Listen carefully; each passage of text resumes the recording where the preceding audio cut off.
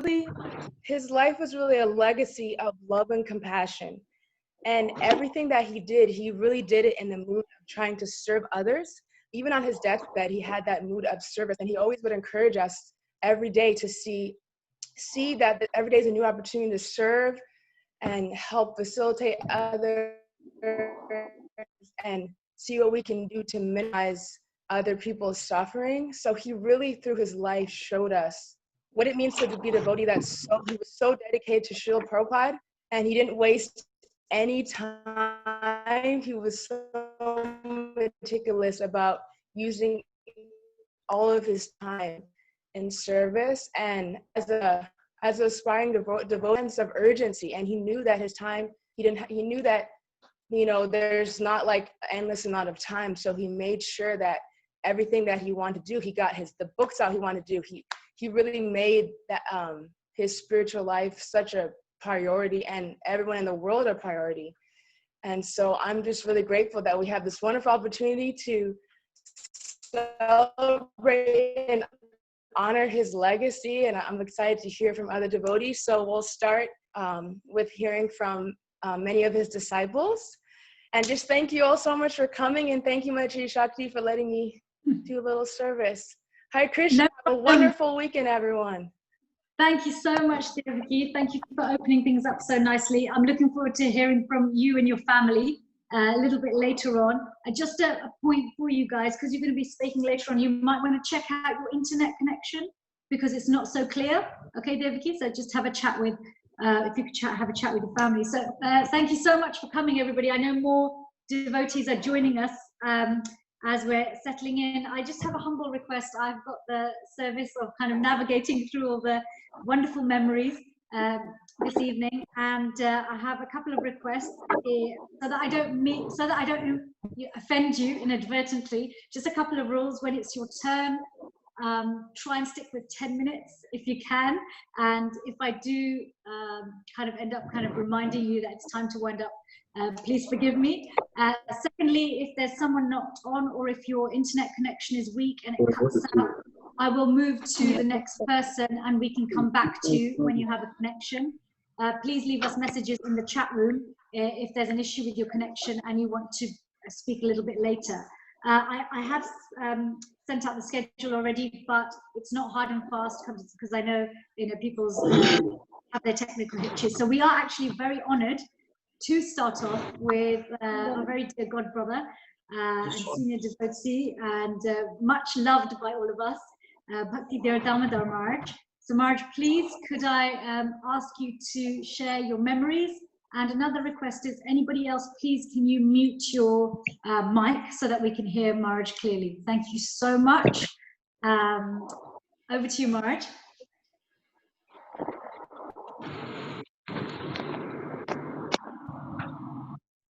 Krishna.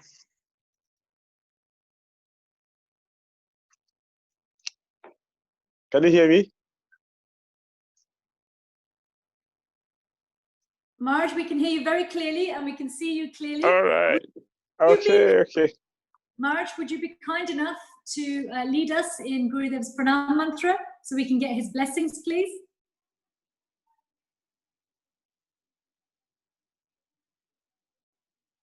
Marj, you're still on mute.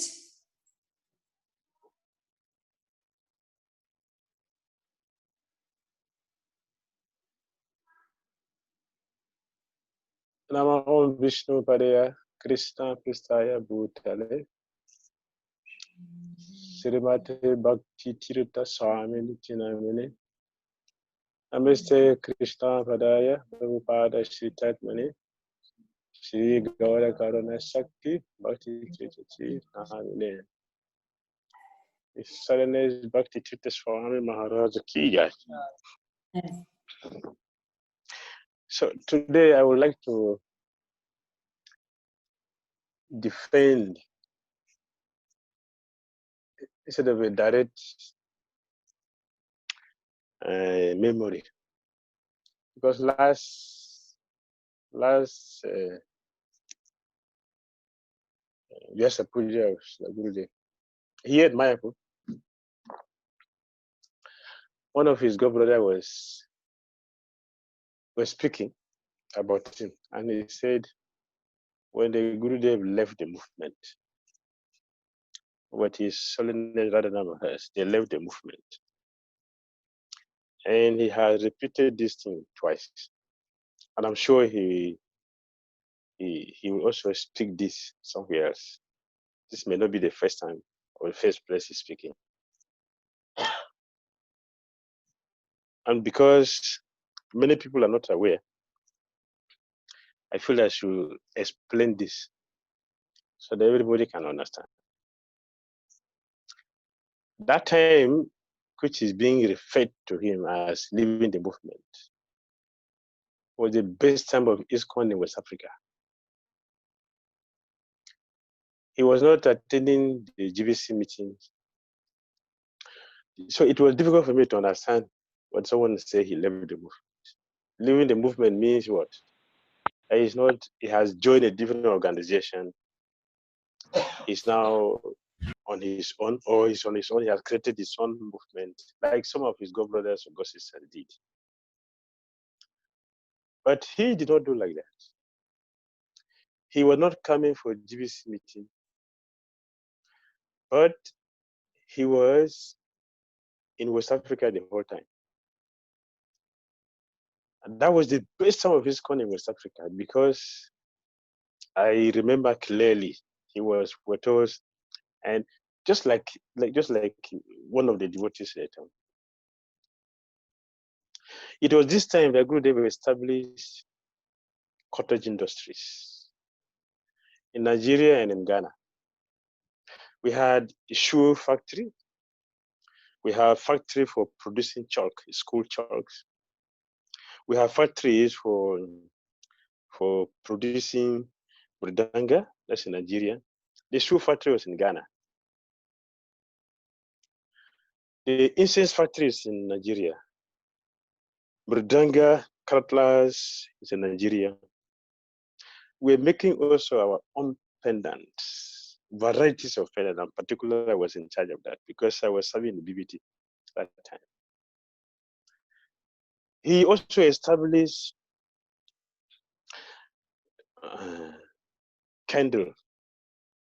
varieties of candle factories, which was one of the best in the country. A military governor's wife came to open it. Military governor in Nigeria is not a small man. If you want to get him, it's very difficult. For her to come with ISKCON program was a credit for the movement. So it was this time Gurudev was not coming to GBC meeting that he established all this. He established also farm communities. He bought, I think, 100 hectares of land in Benin City. Benin City is 500 kilometers away from Lagos.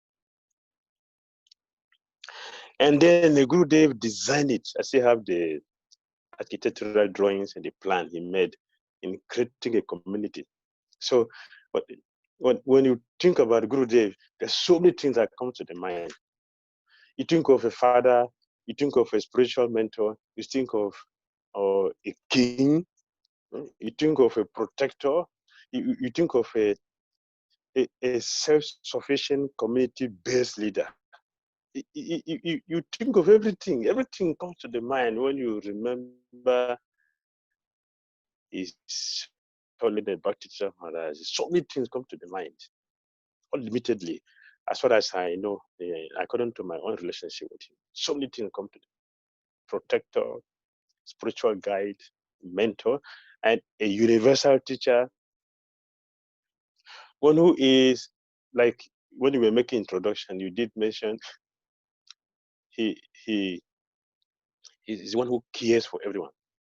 One cannot do this thing for oneself. Having a community, it is for people, for others, to be able to take care of the people whom we are leading, particularly, and in general, the community as a whole will benefit.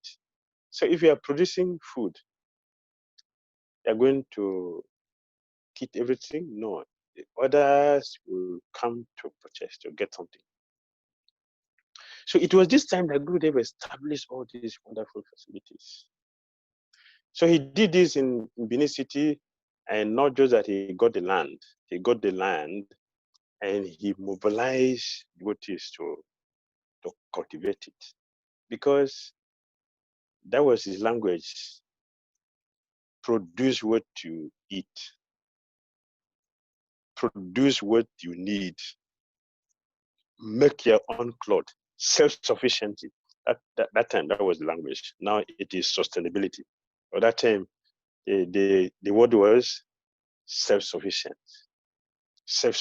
community. He did everything perfectly, and he mobilized people from Israel to come and cultivate it, to come and develop it, because we were inexperienced at that time. We didn't have idea, or we didn't understand his intention, his mood. We didn't understand him that time, so we didn't follow up. That is why some of those things are not existing today, like all the cottage industries I've mentioned. Now we don't have them, but the candle is still going on, and the land is still there. I was in Benin City. He also got a land in Lagos. They were farming. He got another line in another state, another city, which is 200 kilometers away from Lagos. So for this time, he was fully busy. Our deity worship was the best at that time. The deity worship, the standard of deity worship was up to standard. It was international standard, because he was there, and he does Magarati every day, every morning. As I have mentioned many times, that I learned how to do arti from him, because that is what he does.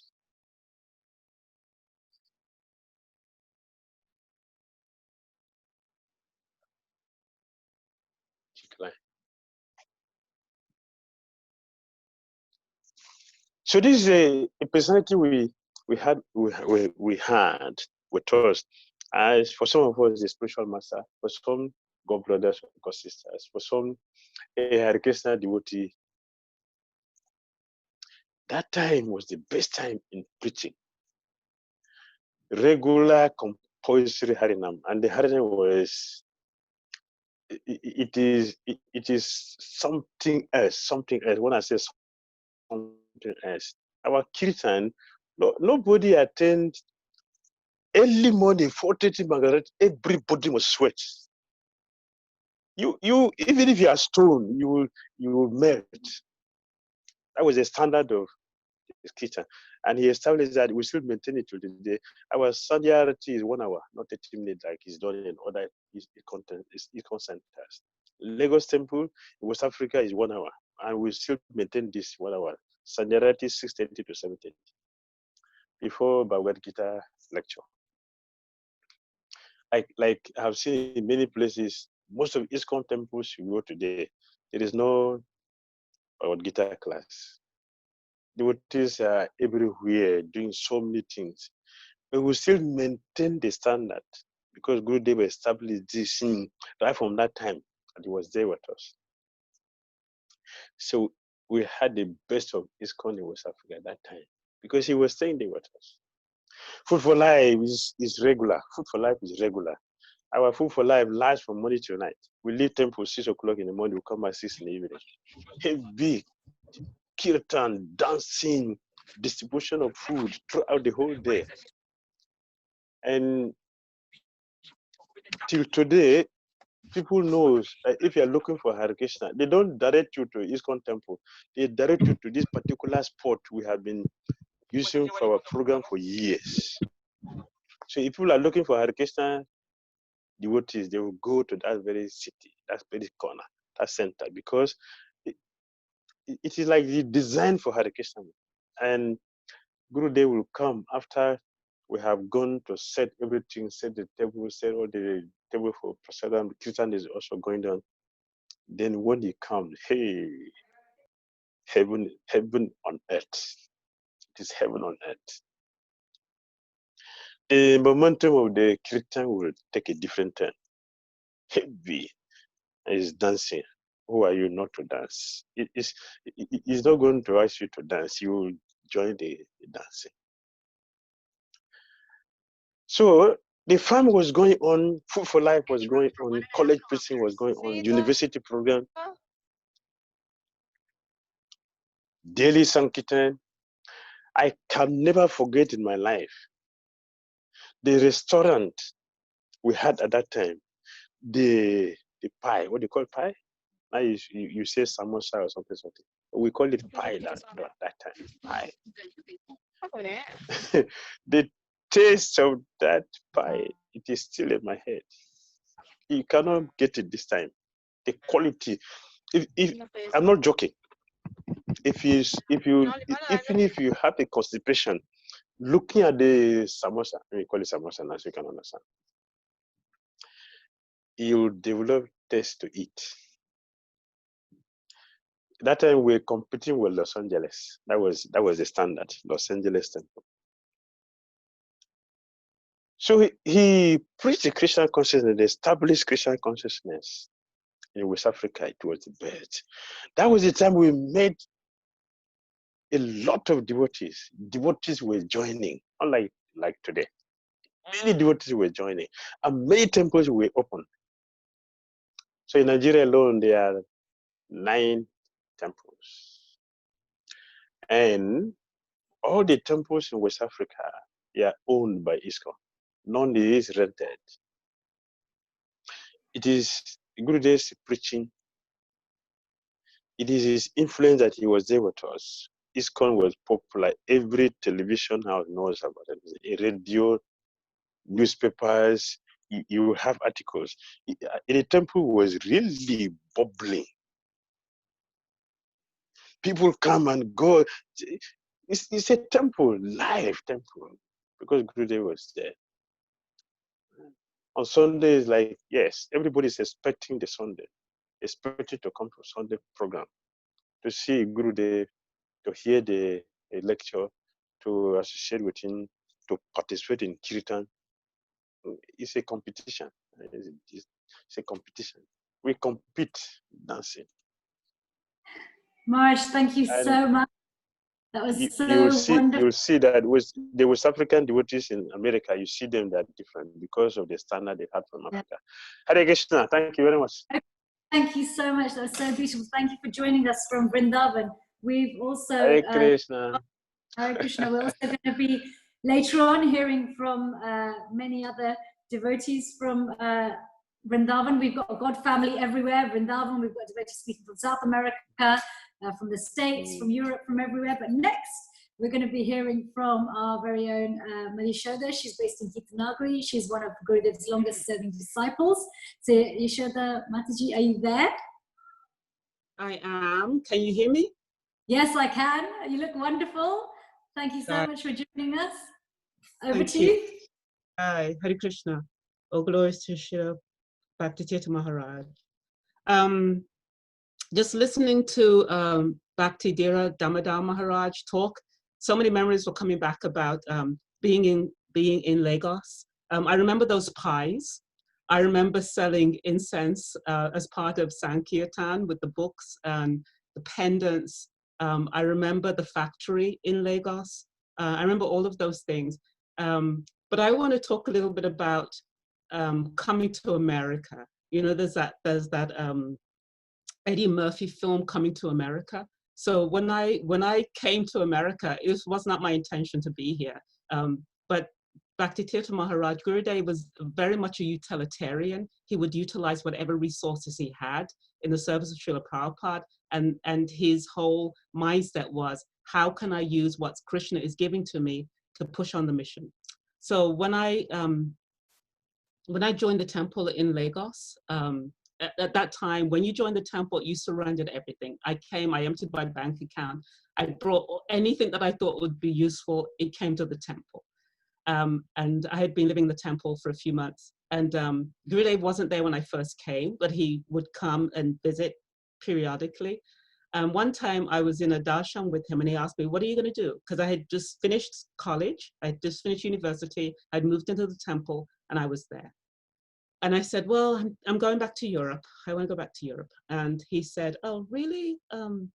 Why? I said, well, I want to travel. I want to, engage. I just finished a degree in a pre-med degree in microbiology. I wanted to, be able to continue that. And he said, you could do all of that in America.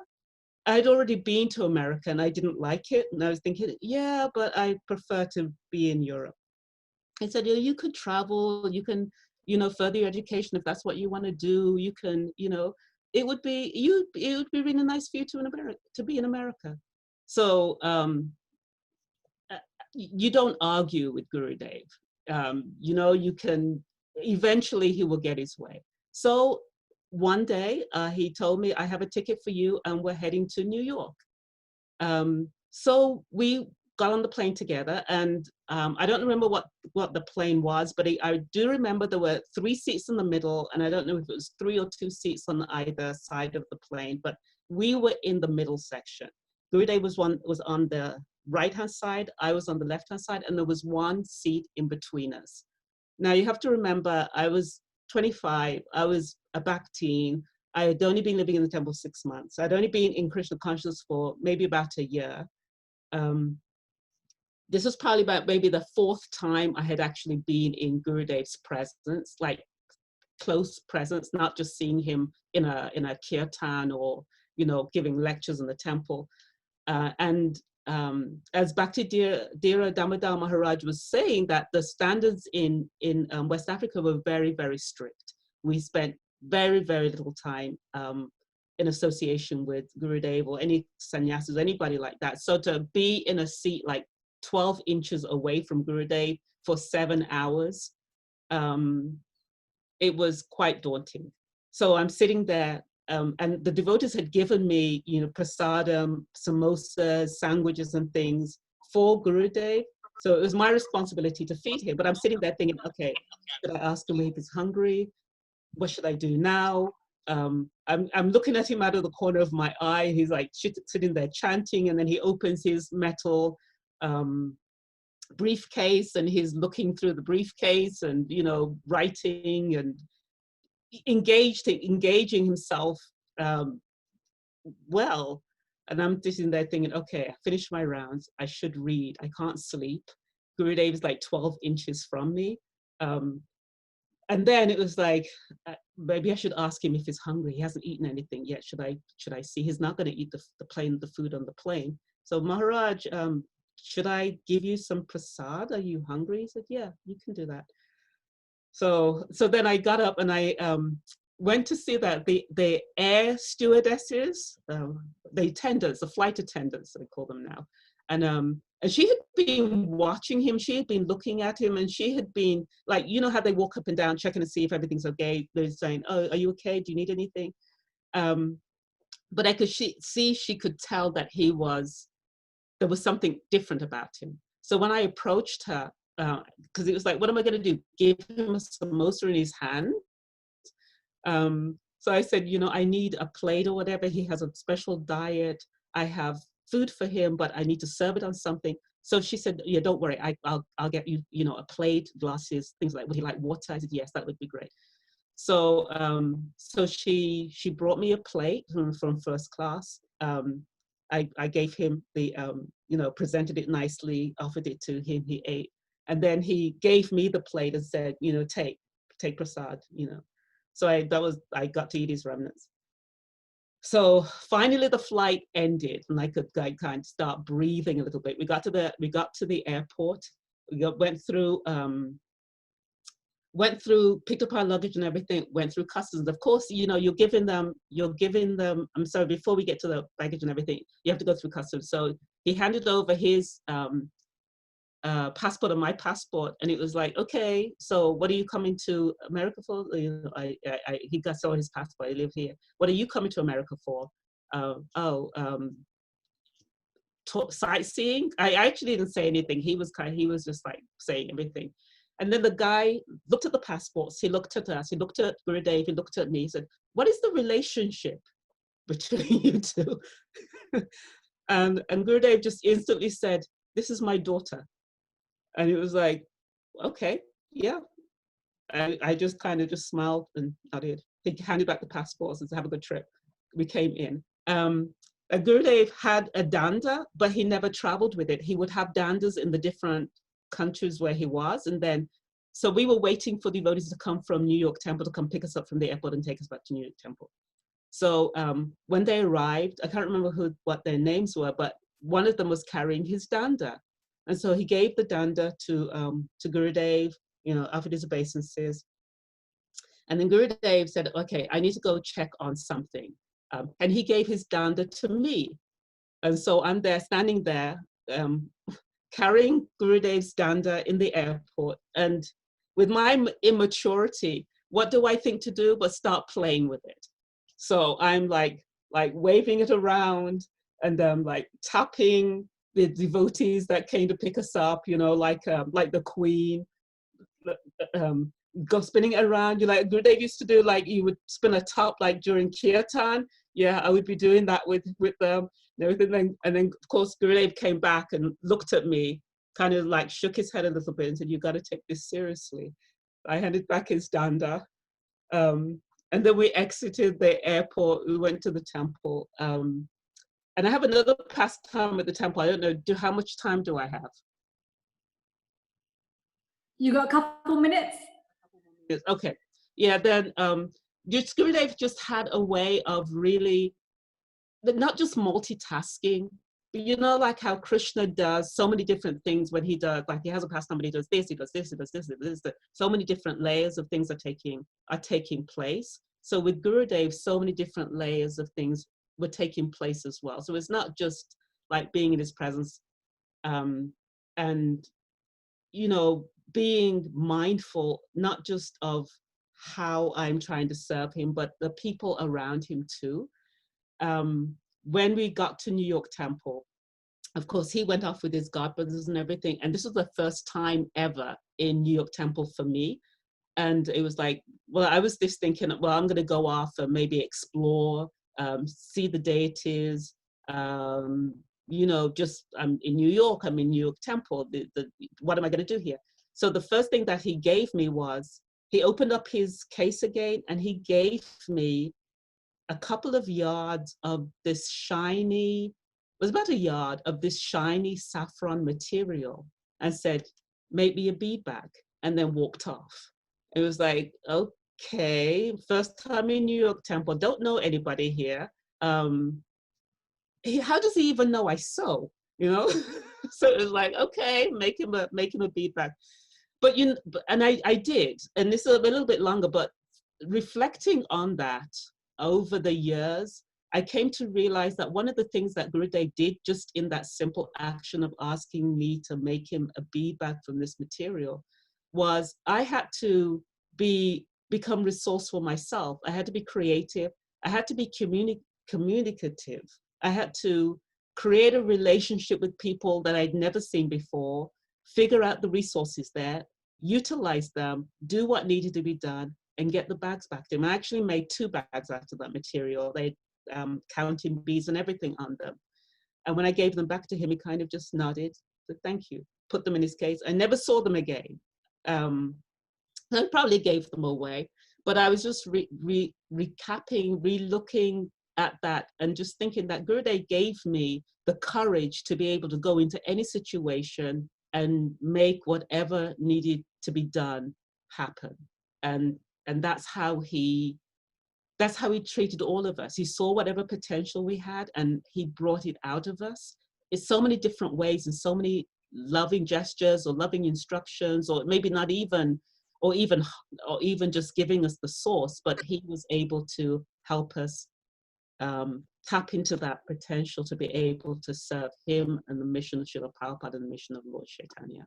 Right. Hare Krishna. Thank you so much. That was so beautiful to hear. And I love this reflection that, when Gurudev gives us an instruction, there are so many layers and so many things come out of that one instruction. It wasn't just simply about a bead bag. Have you made any more bead bags since?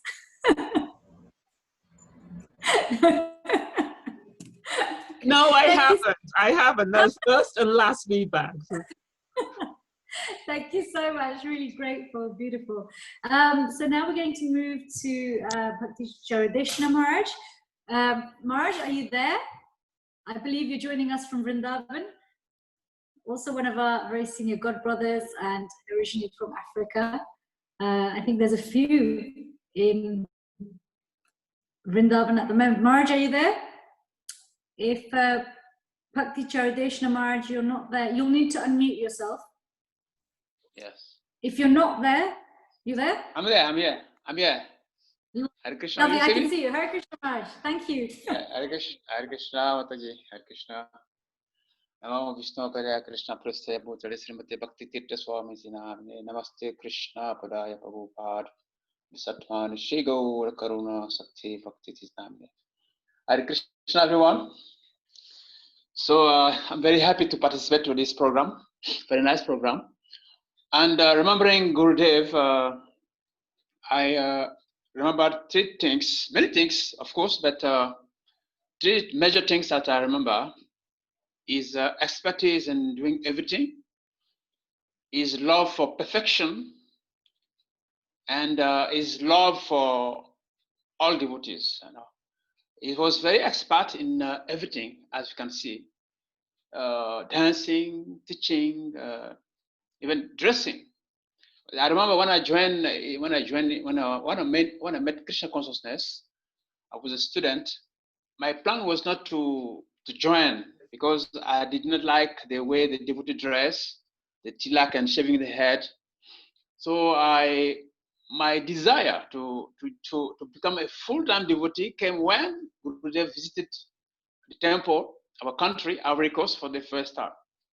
Because I was going to the temple Sunday, and go back to home at school. But when Gurudev came, and I saw the way he dressed, you know, he used to use the employ word flamboyant. He like to dress very flamboyantly.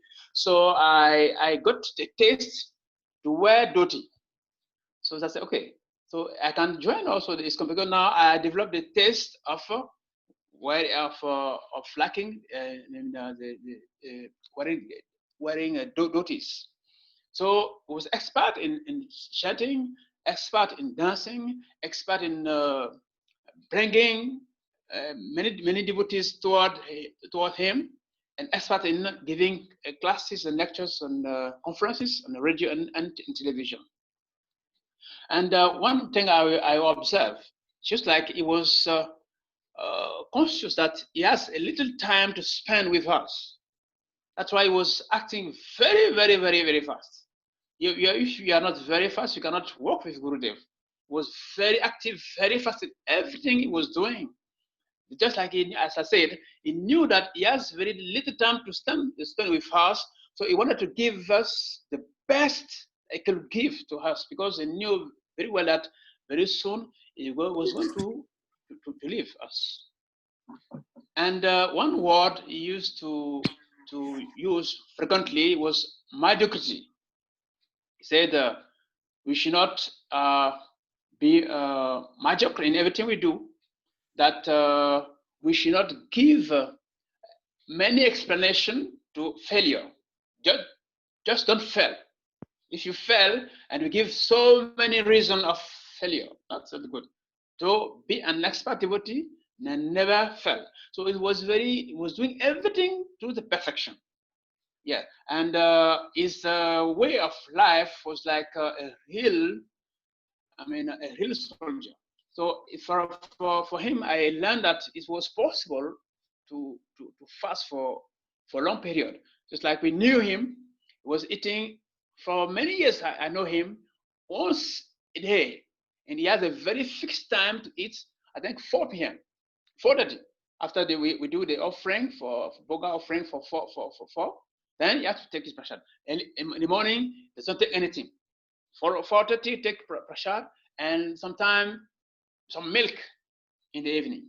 But it was very strong, very strong. I was wondering, how does he get his strength? He does not eat, and how does he get his strength? And also his love to each devotees. I think all his disciples, each of them can say that, okay, Gurudev loved me the most. Just like Rasa dance, no? Yeah, Krishna would dance with his gopis. Each gopi thinks, yes, I'm with Krishna, I'm with Krishna only. But Gurudev, any devotees will think, I'm here, my name is Bhakti Swami. I think that Gurudev loved me the most. And he does that with all his disciples and even all the well-wishers. So it's we are really missing, and we were not, when he was sick, and we were like kind of joking, like maybe okay, it will get better very soon, but thing was getting worse and worse and worse, and he has to leave the body. And I remember my last meeting with him was in Mayapur, 2003. Because he sent me to Mayapur for Bhakti Shastri. One thing happened in Ivory Coast, that when he came there to visit, that was his last visit in Ivory Coast, 2002. So he said, well, my name was Charishna. I stayed for so many years in managing the temple. So I want to take him to Australia for training. So I met him in the room that Gurudev, instead of me going to Australia, I prefer to go to India, because I've been dreaming to visit India. So I prefer to go to India, and there I will do Bhakti Shastri. He said, okay, well, it's good. So he said, okay, from now, you have to step down from managing the temple. You have to travel, take some books, do Sankirtan, and get your ticket and go to Mayapur for Bhakti Shastri. So I was so happy. Then I was released from this temple management. Then I was traveling to Ghana, like that. So I took some books. I did some Sankirtan party with devotees, and I got some few money. It was still not enough. The Bhakti Shastri already started a week. I was still in Ivory Coast without having my plane ticket completed. So he called me, said, hey, what's happening? I said, yes, I'm still in the country. My ticket is not yet ready. Said, how much you need? I said, I don't think it was the $300 or $400, something like that. I said, okay, no worry. I'll call one of my disciple in America, and she will happy to send you Lakshmi. Then the same week, and I spoke to that lady at Mataji, and she sent the money, the Lakshmi, for I think $400. Then I bought a ticket, then I flew to Mayapur. So when I got to Mayapur, I was doing Bhakti Shastri, everything. Then I was massaging his feet in the night. That day was like I started massaging his feet around 8:30, and we start discussing till almost 1 or midnight. Was discussing, was asking my age, what is the impression? He was telling me. I think it was like pushing me to take the renounce order. He was asking me, what is your age? What is your plan? Like that. So it can was feeling like, okay, I was hesitant in taking a real decision to decide what I want in my life. So it gave me so many reasons, so many situations. Okay, if you are serious, what is the importance? If you ask harder, what this is the situation. So it was giving me so many situations like that I have to choose, I have to decide for myself what to do with my life. And he also arranged that in India, because when we're in India, we have to buy everything, accommodation, prasad and everything, even the school, the school fees for the Bhakti Shastri. So he arranged for one special mother, I'm called mother, she's a god sister, is the mother Brajavila. So she was taking care of me as her own son. She paid my Bhakti Shastri fees and accommodation and prasadam, like that. Every time when she see me, how are you? do you get some enough prasadam? Like that. So I was really comfortable. So even one day also, that was during parikram in Mayapur. So everyone was going to parikram, but I was as a brahmachari, no money. So I just had a initiation. So devotees gave some dakshina. So I think it was something enough money. So he asked me, "Are you going to parikram?" I say I was hesitant. No, Gurudev. And no, I like to go, but no money. So I said, no, Gurudev. So do you like to go? I said yes. So all the money from I collected from Dakshina, he gave me. Then he said, okay, you go and buy your fees for parikram. So yes, we can remember that we really miss him. But what is giving us solace is that he said himself that when I will leave, then I will be more present with my disciple and my well-wishers. But for me personally, I can feel it. I can feel it through his books. I can feel it through the way he trained his disciple. Like in West Africa, we have very, very, very, very senior devotees like Bhakti Tirtha Maharaj, Srivas Prabhu, and many others, which we are really representing Gurudev. So, okay, physically, he's not he's not here with us, but he trained us how to be more focused on Vani consciousness than Vapu consciousness, because he was visiting Africa once in a year, not staying regularly with us, but he was visiting every year. Okay, so we are more used to associate with him in Vapu, Vani consciousness. So that is it on now through his books, through his teachings and like that. So we feel, of course, a son can always feel the absence of his father, but he really made something very interesting that we are not feeling too much his presence, because his book, you can say that we can say that sometimes we are disciples, but we can see that many devotees love him more than sometimes us, his own disciples. I can feel that in Chopati, for instance, is Chopati Mumbai, the devotees there, they do seminars on Gurudev books. So I can say that it is in Chopati Mumbai that I got more love for Gurudev, because I say, hey, I'm my disciple, but these devotees, they are not direct disciples, but they have more thing to say about my Gurudev than myself. Yes. So I remember also when I left Mayapur, because I had. Sorry, Yes. I'm just sorry. I know everybody gets so enthusiastic about speaking about Gurudev.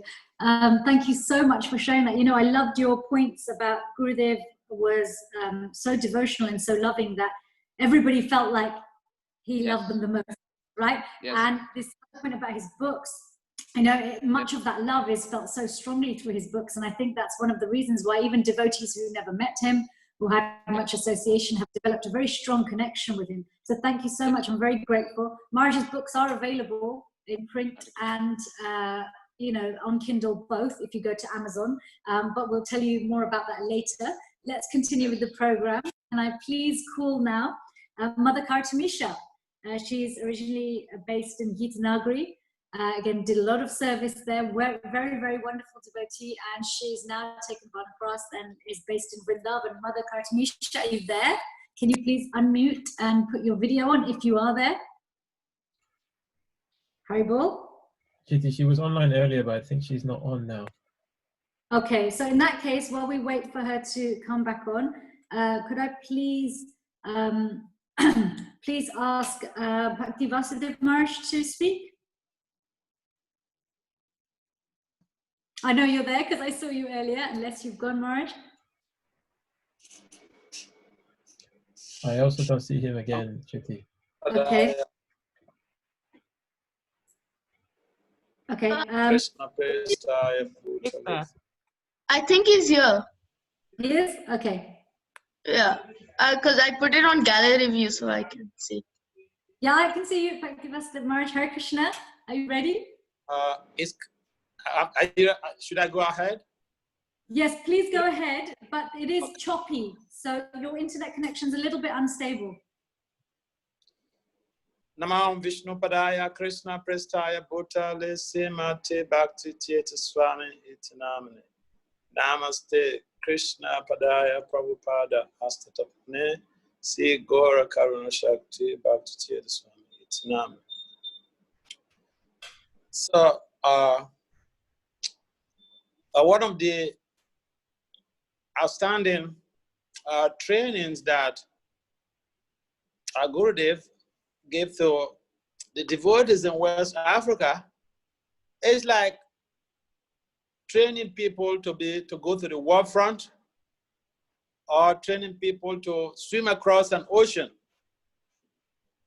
So you either swim across the ocean or you sink. Or you go to the war front, and if you're not well, bulletproofed, you could be a casualty. So I remember one time, some devotees were killed in Liberia during a civil war, and the war was still going on. And he called me, and he said, Vasudev, I want you to go to Liberia. You go and investigate what really happened. So I said, yes, I'll do that. And he gave me a specific date to leave. So I flew into the neighboring country, Ivory Coast. So when I went to Ivory Coast, I was at the temple, and the president of the temple,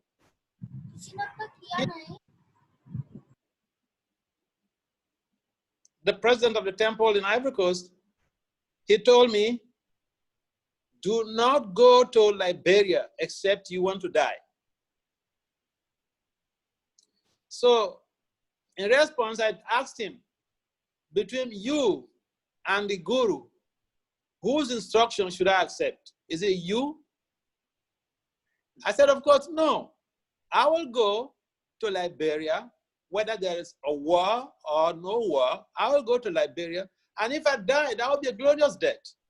And he was shocked. So I stayed in that temple for 1 or 2 days. Then I flew into Liberia.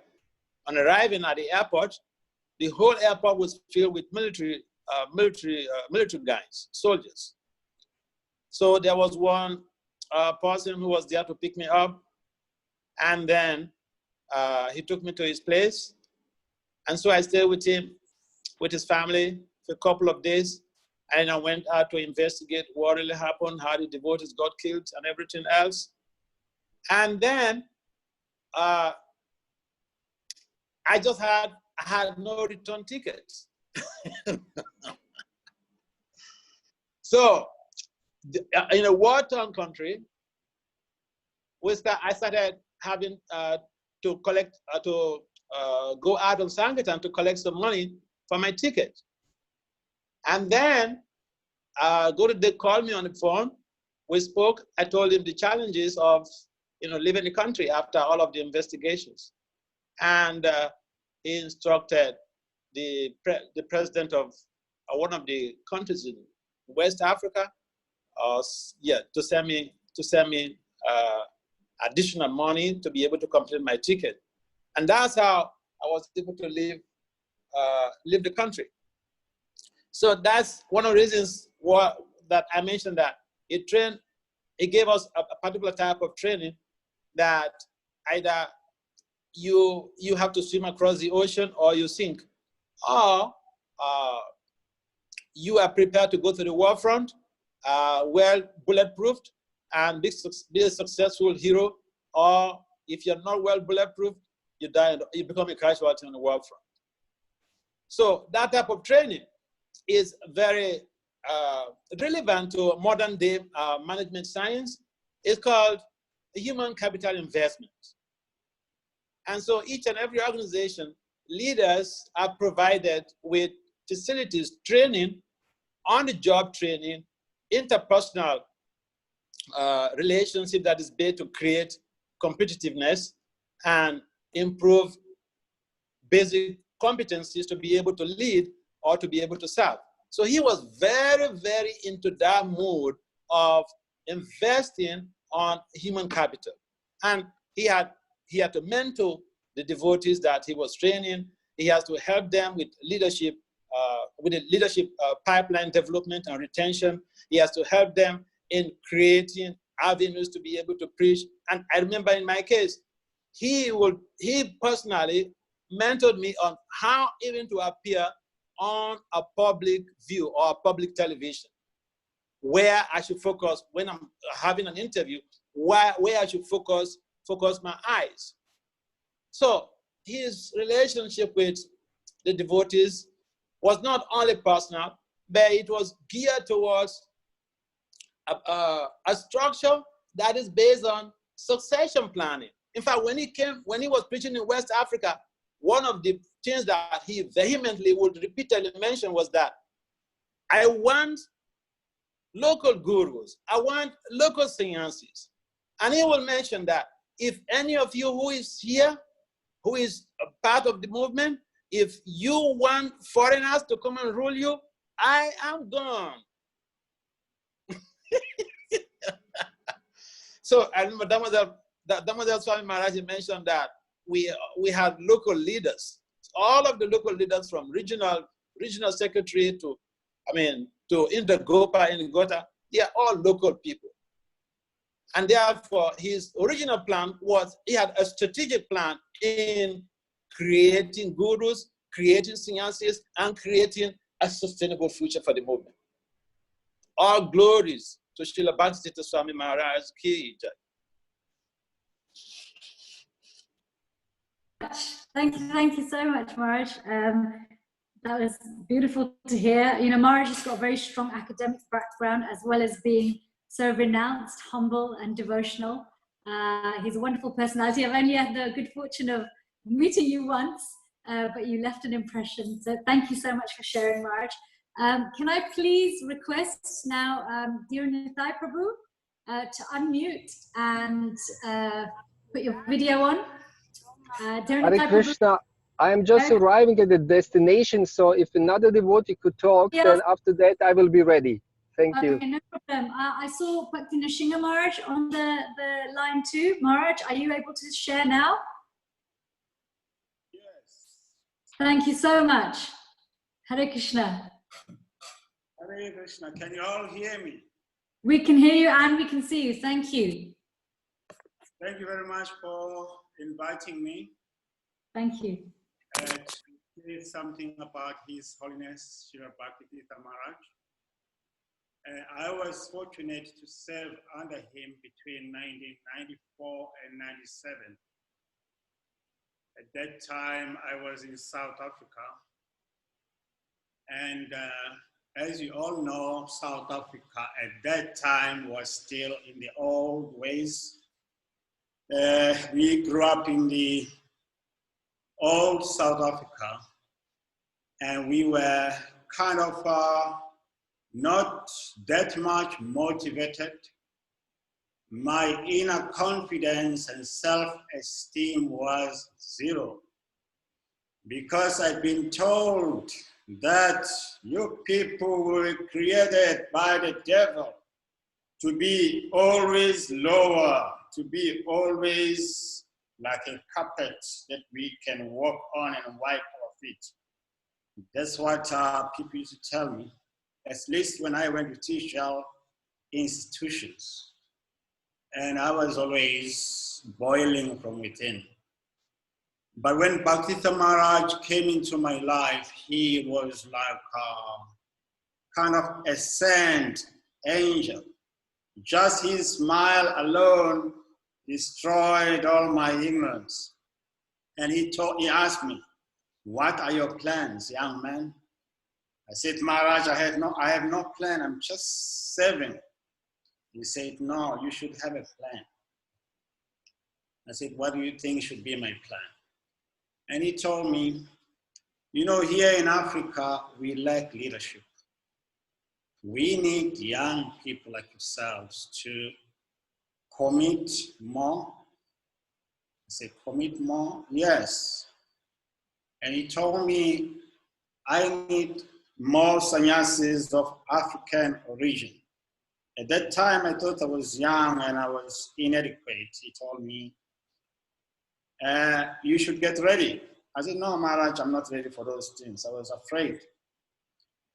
But then he told me that you could turn yourself to a secret preacher, a discreet preacher. Because I can see you don't talk, but you have intelligence to organize things. So when he said that, that's when I kind of like realized my potentiality, and I began to work on different areas of myself. And then finally, he told me one secret, that the reason he was pushing me is that when he went to Mauritius, he got kicked out of that country, that African country. So then he had a realization that he won't be available maybe for African countries in the future. That's what he told me. So since then, I've been meditating on his push and his good instructions. And I got to a mode where I was flowing, and I came out of my stagnation. I always reflect on his words of encouragement, which propelled me to be where I am today, just as you see me in front of you. When he came to my life, I was in the shadow, and he brought me to some sunshine. His Holiness Srila Bhakti Tirtha Maharaj came. Thank you very much for allowing me to say some few words in glorification. Thank you, Maharaj. That's so beautiful. And that, again, that point that you highlighted about this, secret preaching, that we can change so much with our consciousness and our service without saying anything at all from behind the scenes. Gurudev was always somebody who took care of everybody at all levels, right?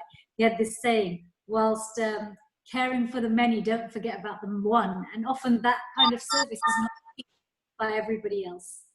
So thank you so much. Really, really grateful. Thank you. Hare Krishna. I don't know if Tirtha Prabhu is ready. So what I'll do is, yes, I'm here. Oh, you are. How do you roll? Hare Krishna. Hare Krishna, Tirtha Prabhu. You're based in Germany now? No, today we were traveling from our homeland, Croatia. So this was a really wonderful meditation, actually, because Gurudev was GBC for Croatia for a few years.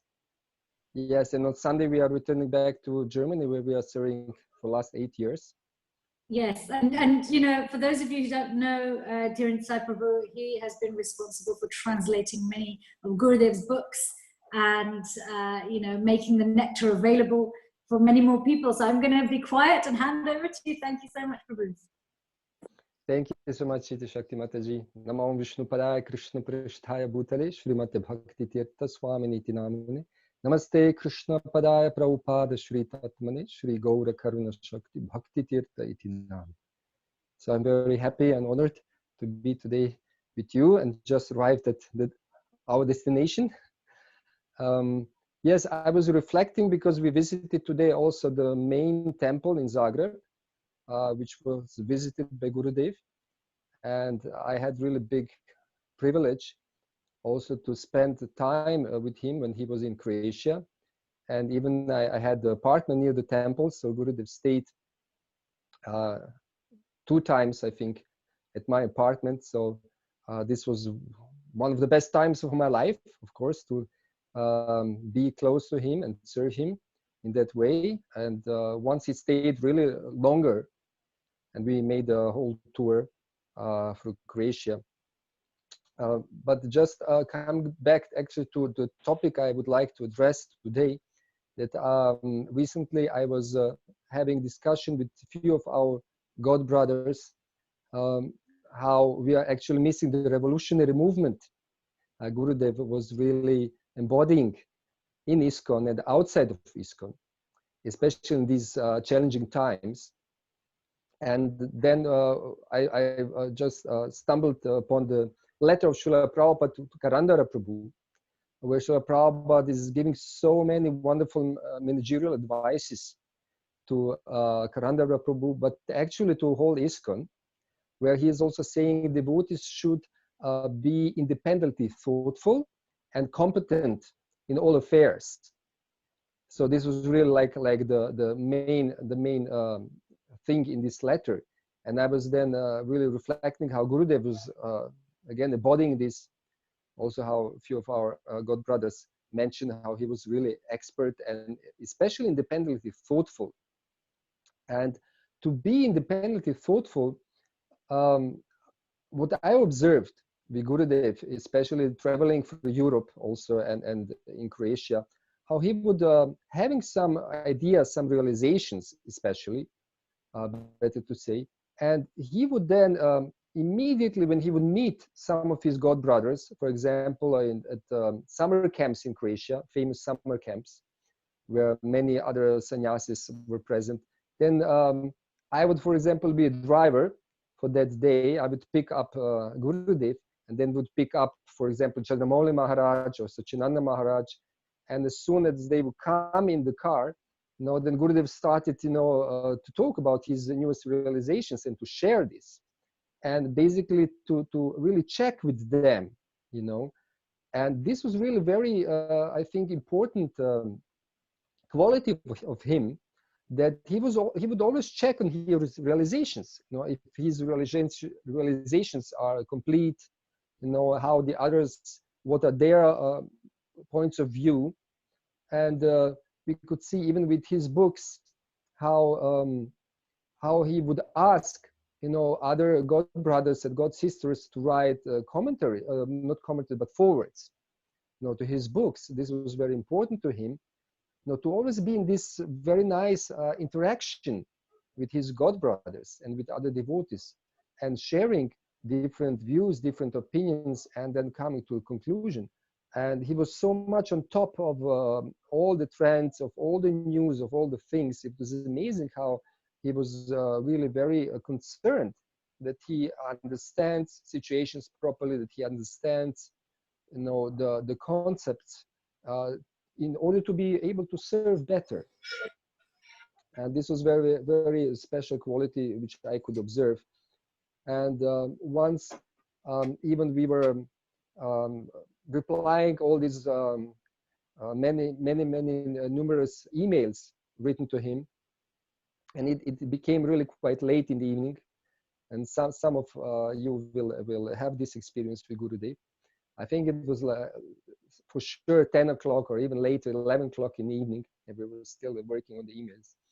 And then Gurudev, there was some, this was 2000 something 2 or 1, I'm not sure, something like that, in Croatia.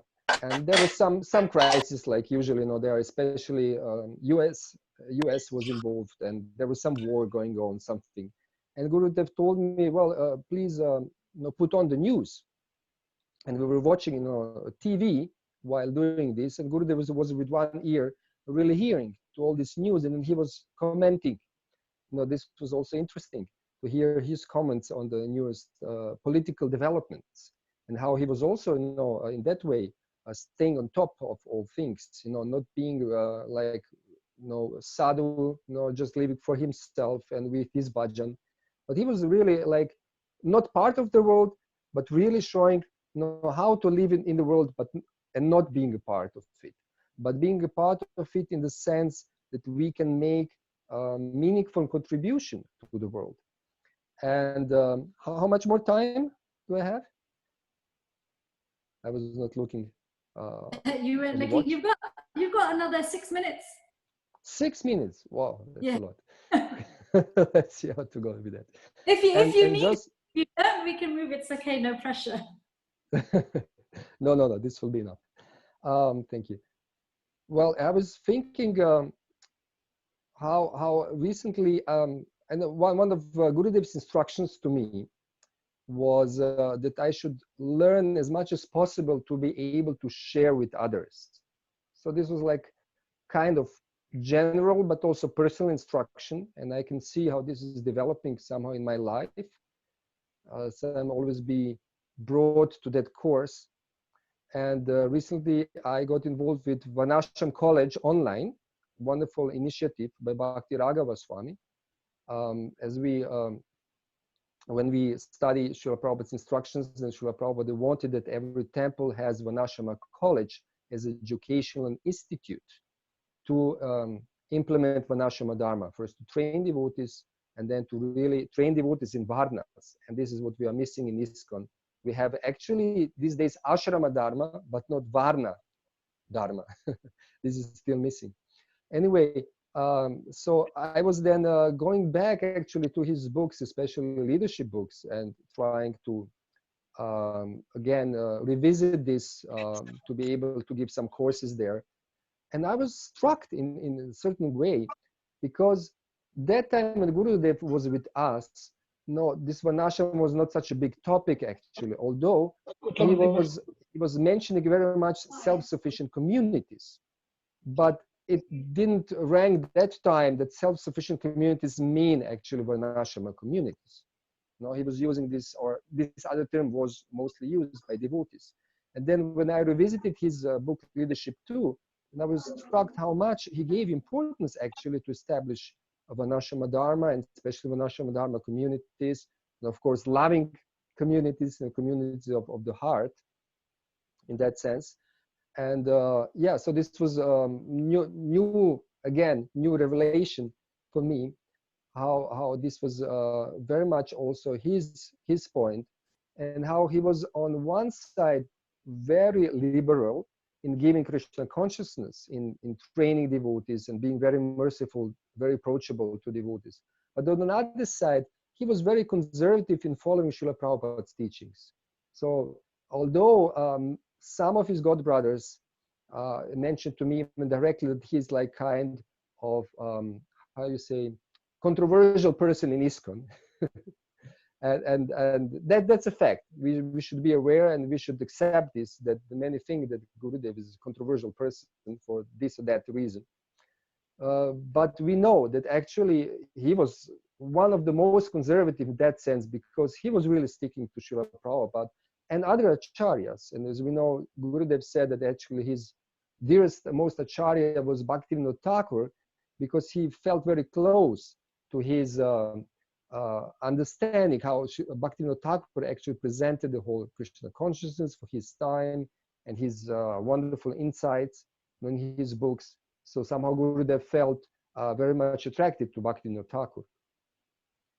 So these are some of my realizations recently. Yes, and we are working now on the new books, new German editions. So Spiritual Warrior 4 is coming soon. It has been translated now. I just have to find time to find somebody to do the proofreading, and then we'll have Spiritual Warrior 4 also in German. So thank you very much.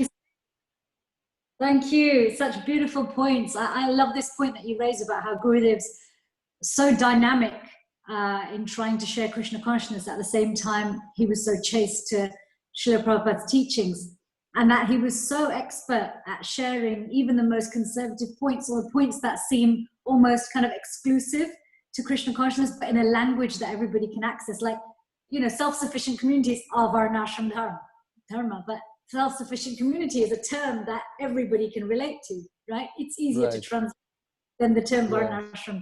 So thank you. Those were such beautiful and amazing insights. Thank you for all the service that you do. Thank you very much. Hare Krishna. So if I could please now invite Rameshwar Prabhu. I know you're on. I saw you earlier. So Rameshwar Prabhu is also based in Africa.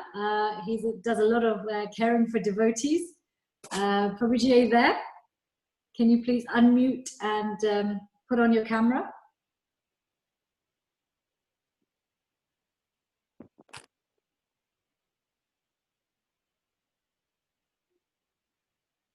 Do I need to unmute you and put on your camera?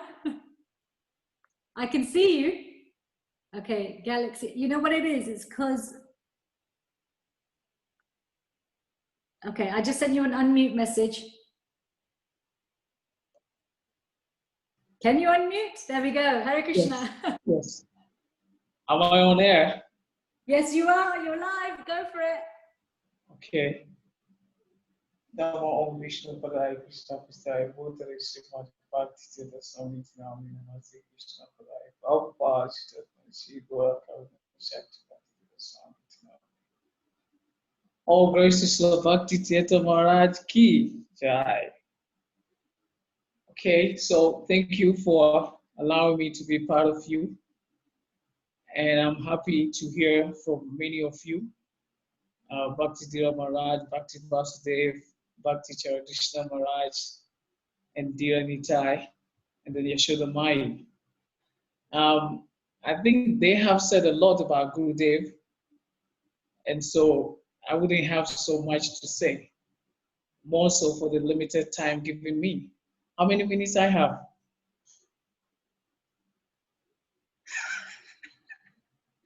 But the things about Gurudev is so huge. How can we use 10 minutes to say this? Well, that's how, anyway. That's how we have many devotees sharing because the 10 expands. Okay, so then I'm going to say some part that many devotees are not sharing. They've already said major things. I would say that Bhakti Tirtha Maharaj, our beloved Gurudev, was like, you know, he related to us as real family. And you could see that sometimes he was acting and playing a role in different ways to his disciples. Even though the actual relationship is disciple-master relationship, he most of the time went out of that. And sometimes he was acting like a father. Sometimes he was acting like a mother. Sometimes he was acting like a, you know, like an uncle, a friend, and all those things. And this today, I'm going to share with you about his friendliness. You know, I remember many times he would come to Africa, Ghana in particular, because I'm in Ghana. We would have sports, you know. He knows that all work and no play make Jack a dull boy.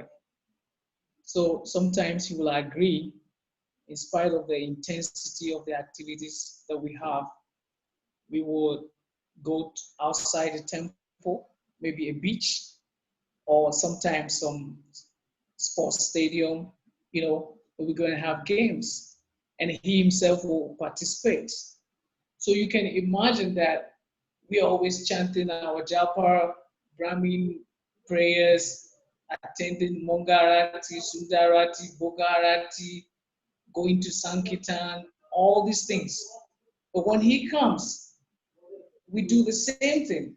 But he tried to implore in us that as a community or as a family, we are like in our own world, you know, where everything is possible.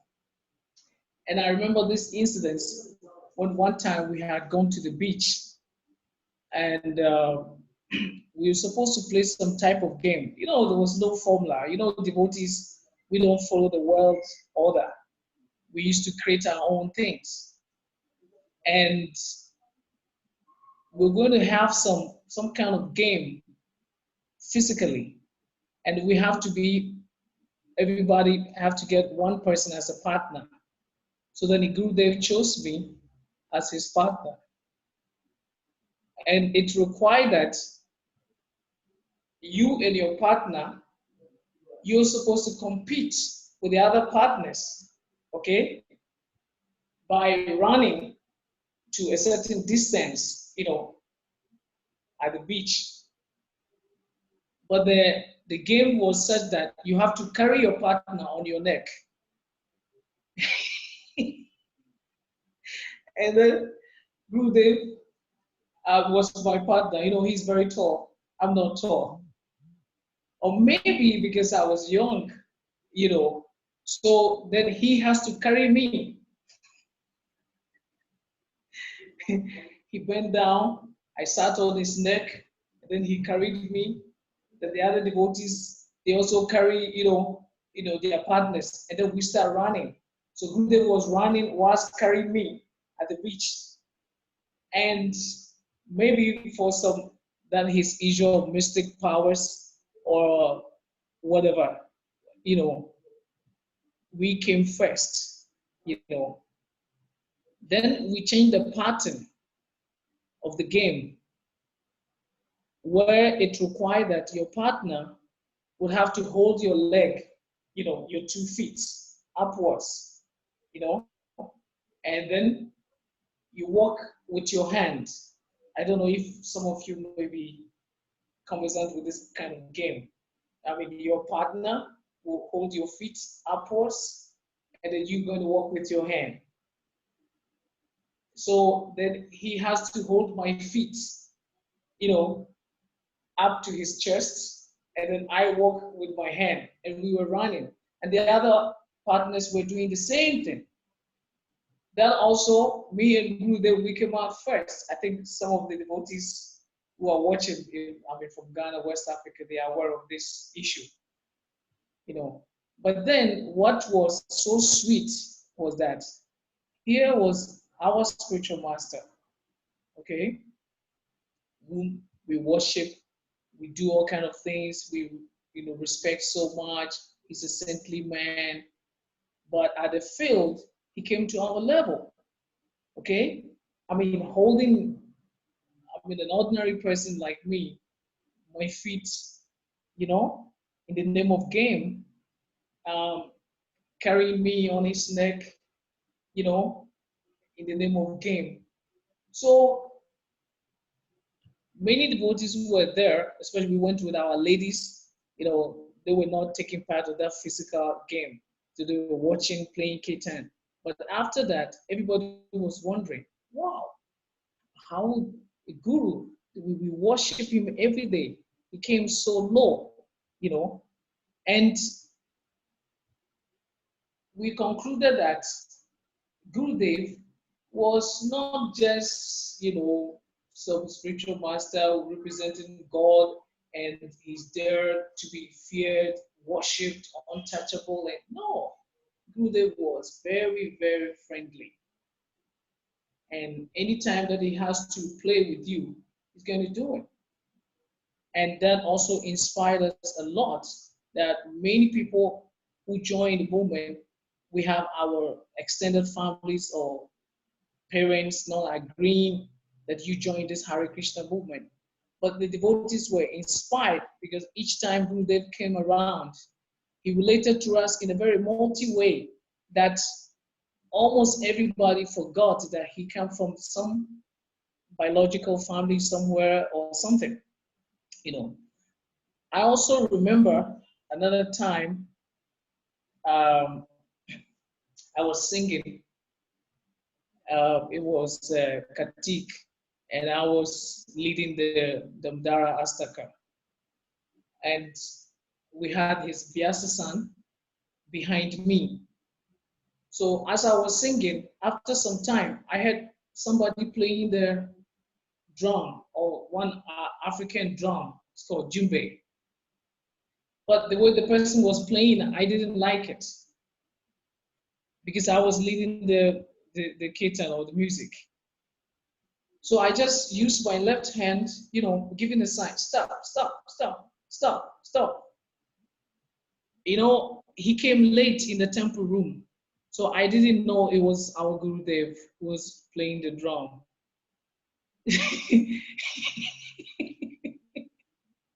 So I said, I gave a sign, I said, stop, stop, stop it. And then he stopped. Until I finished the whole song, we finished everything. And I looked there, that was Gurudev sitting there still holding the drum, but he never played it.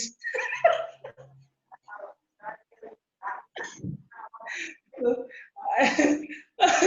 I said, I've committed so much offense. I don't know what to do. Should I disappear or I should, you know,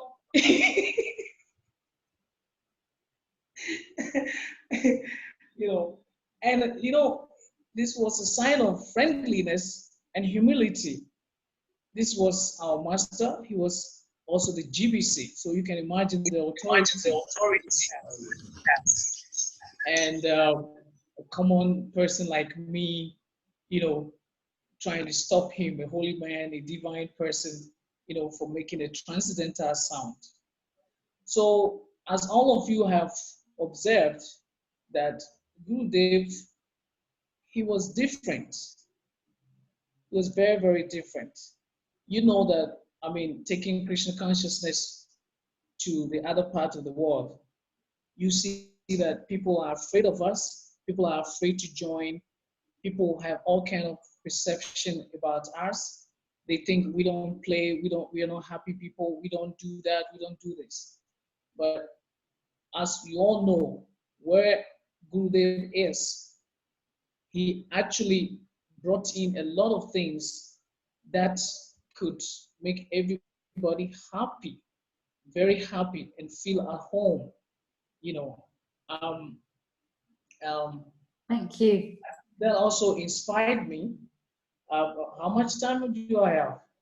I think we're there. Did you have something quickly you wanted to share? So 2 minutes, yeah, or more, but I just have to use the time. I know. Yeah, if you need Yes. 2 minutes. Okay, go ahead. I also recall how he would dance with us, especially the male disciples. Sometimes when the kitten, goes so high, he became so much, goes into ecstasy, and he would come to individual devotees, stretch his hand, hold their hands, with the two hands, and you could see some love, some exchange, very powerful, exchange, holding your hands, your two hands, looking at you in the eyes, and making those sighs. Sometimes he manufactures some ways, some kind of dancing which does not exist. When he's in that mood, sometimes he goes, in the crowd, start putting his hands in the neck of some devotee, expressing love, so much that such scenarios, if you are there, you see that you don't need any preaching to be convinced that these people are loving people, and that our Gurudev, he was somebody who went beyond all barriers to express love. So I think maybe I will end up here so that other speakers can come in. That's such a wonderful, as we can place to extend this love to ourselves, because we only have ourselves in this Kali Yuga, and especially disciples of Bhakti Tirtha Maharaj, we have to go extra mile to represent him properly and to stand for his legacies and some of the points he was sharing, which are not very common, in the preaching going on in other areas in the world. Thank you very much. Thank you, Rameshwar Prabhu. That was so enlivening, and it's so wonderful to hear all these different perspectives, and that you so beautifully illustrated that with humility and devotion, Gurudev actually did something that's very hard for people. He adapted his way of being to encourage others. He often shares actually it was Ramnath Maharaj who shared the pastime that Gurudev started dancing after he took sannyas, right? And Gurudev's response to that is, he saw how much, otherwise, because his nature is actually quite reserved, likes reading books, chanting, and we've heard about how he'd have an austere diet, sleep very little, read a lot, chant a lot, preach. And Gurudev would respond that actually when I saw how much it infused devotees when the leaders dance, that's when I started to dance. And this wonderful quality he had of just getting, like you said, getting in there with devotees, whether it was through sports, whether it was through the dancing, and then not even being offended or even chastising you. He stopped him from he walked his talk, and it was beautiful. Thank you. You really enlivened us. Thank you so much. So there's two, I'm going to call up, thank you. I'm going to call out two more devotees' names who are on the schedule to speak, but I think some of you guys have not got your names as your handle on your Zoom account, so it's hard to spot you. So is Bhadra Prabhu there? Bhadra Prabhu? Because I can't see your name on the list, so I can't unmute you. Anybody recognize Bhadra Prabhu by face? If he is there? Okay. If Bhadra Prabhu's not there, do we have Murti Mataji? Murti Devi, are you there? Hare Krishna. Hare Krishna. Thank you so much. Hare Krishna to everyone. Please accept my humble obeisances. All glories to Srila Prabhupada and all glories to our beloved Gurudev. It's so awesome to be speaking to everyone right now. It's just bringing back so many wonderful memories of years that we've served together in different places. I wanted to share today about Guru Maharaj in South Africa, and particularly the Durban Yatra. So as Bhakti Narasingha Swami was saying earlier, Guru Maharaj first came to South Africa in 1985 under the dark days of apartheid. And he was quite a trailblazer. They had a beautiful poster of Guru Maharaj holding two little white boys. And that was really something in South Africa at the time. It was basically an outrageous poster. And then he only came back 10 years later. And that was for the 10-year anniversary of the opening of the temple. And he came back to the new South Africa. Now, he really demonstrated his nature as a spiritual warrior when he took on the Durban Yatra. Because when he first started coming regularly, there was a lot of resistance to Maharaj's presence, as well as his ability to read people and be a very straight talker. So as aspiring disciples, there were only 2 girls and there were probably 5 boys. We took a lot of strain because we were only students at the time and we weren't getting any support from the temple authorities in terms of Lakshmi for Boga or travel, meeting any travel costs. So we were always in massive anxiety, running to and fro, trying our best to arrange things for Gurudev. And the one day we went in to his room and we said, you know, Gurudev, we're trying our best, but we don't know what to do. We don't understand why these people are just putting up so much resistance. And we were taking the situation very seriously and we were highly upset. But he said to us, you don't have to worry. I'm the new kid on the block. And everyone here is just getting used to me. Don't worry, I came specifically to shake things up and everything will fall into place. And just the way he said, over the years as he kept coming back, he really won over the hearts of all the devotees in the Durban Yatra, as well as right across South Africa, to the point where there'd be tens and probably 100 devotees waiting for him to arrive so you could have one of the magnificent kirtans in the temple room.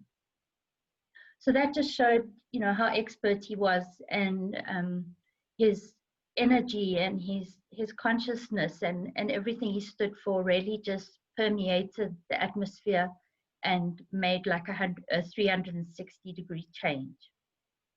The other thing that I wanted to share, and Mother Yashoda mustn't feel bad. My stories also got to do with the danda.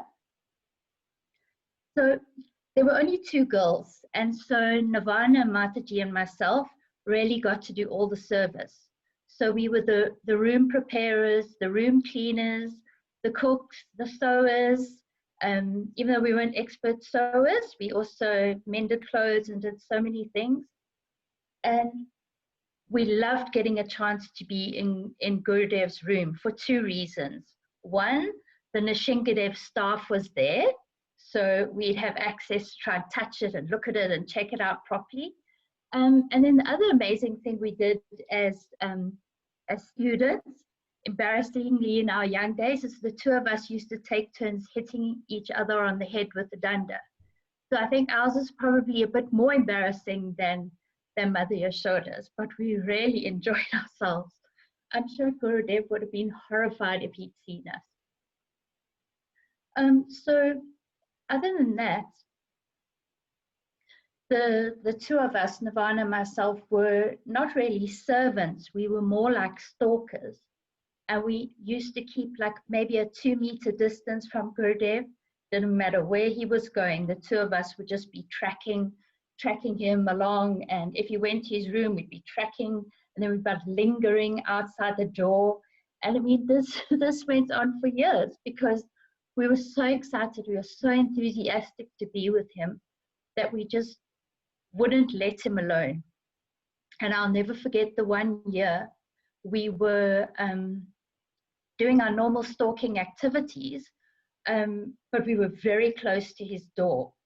And all of a sudden, the door flew open, and Maharaj had 2 garlands in his hands. And he threw one onto Nirvana, and he threw one onto me. And I think that was really his very nice way of saying, guys, please leave me alone. So then I think we got the message and we started hanging back a little bit more.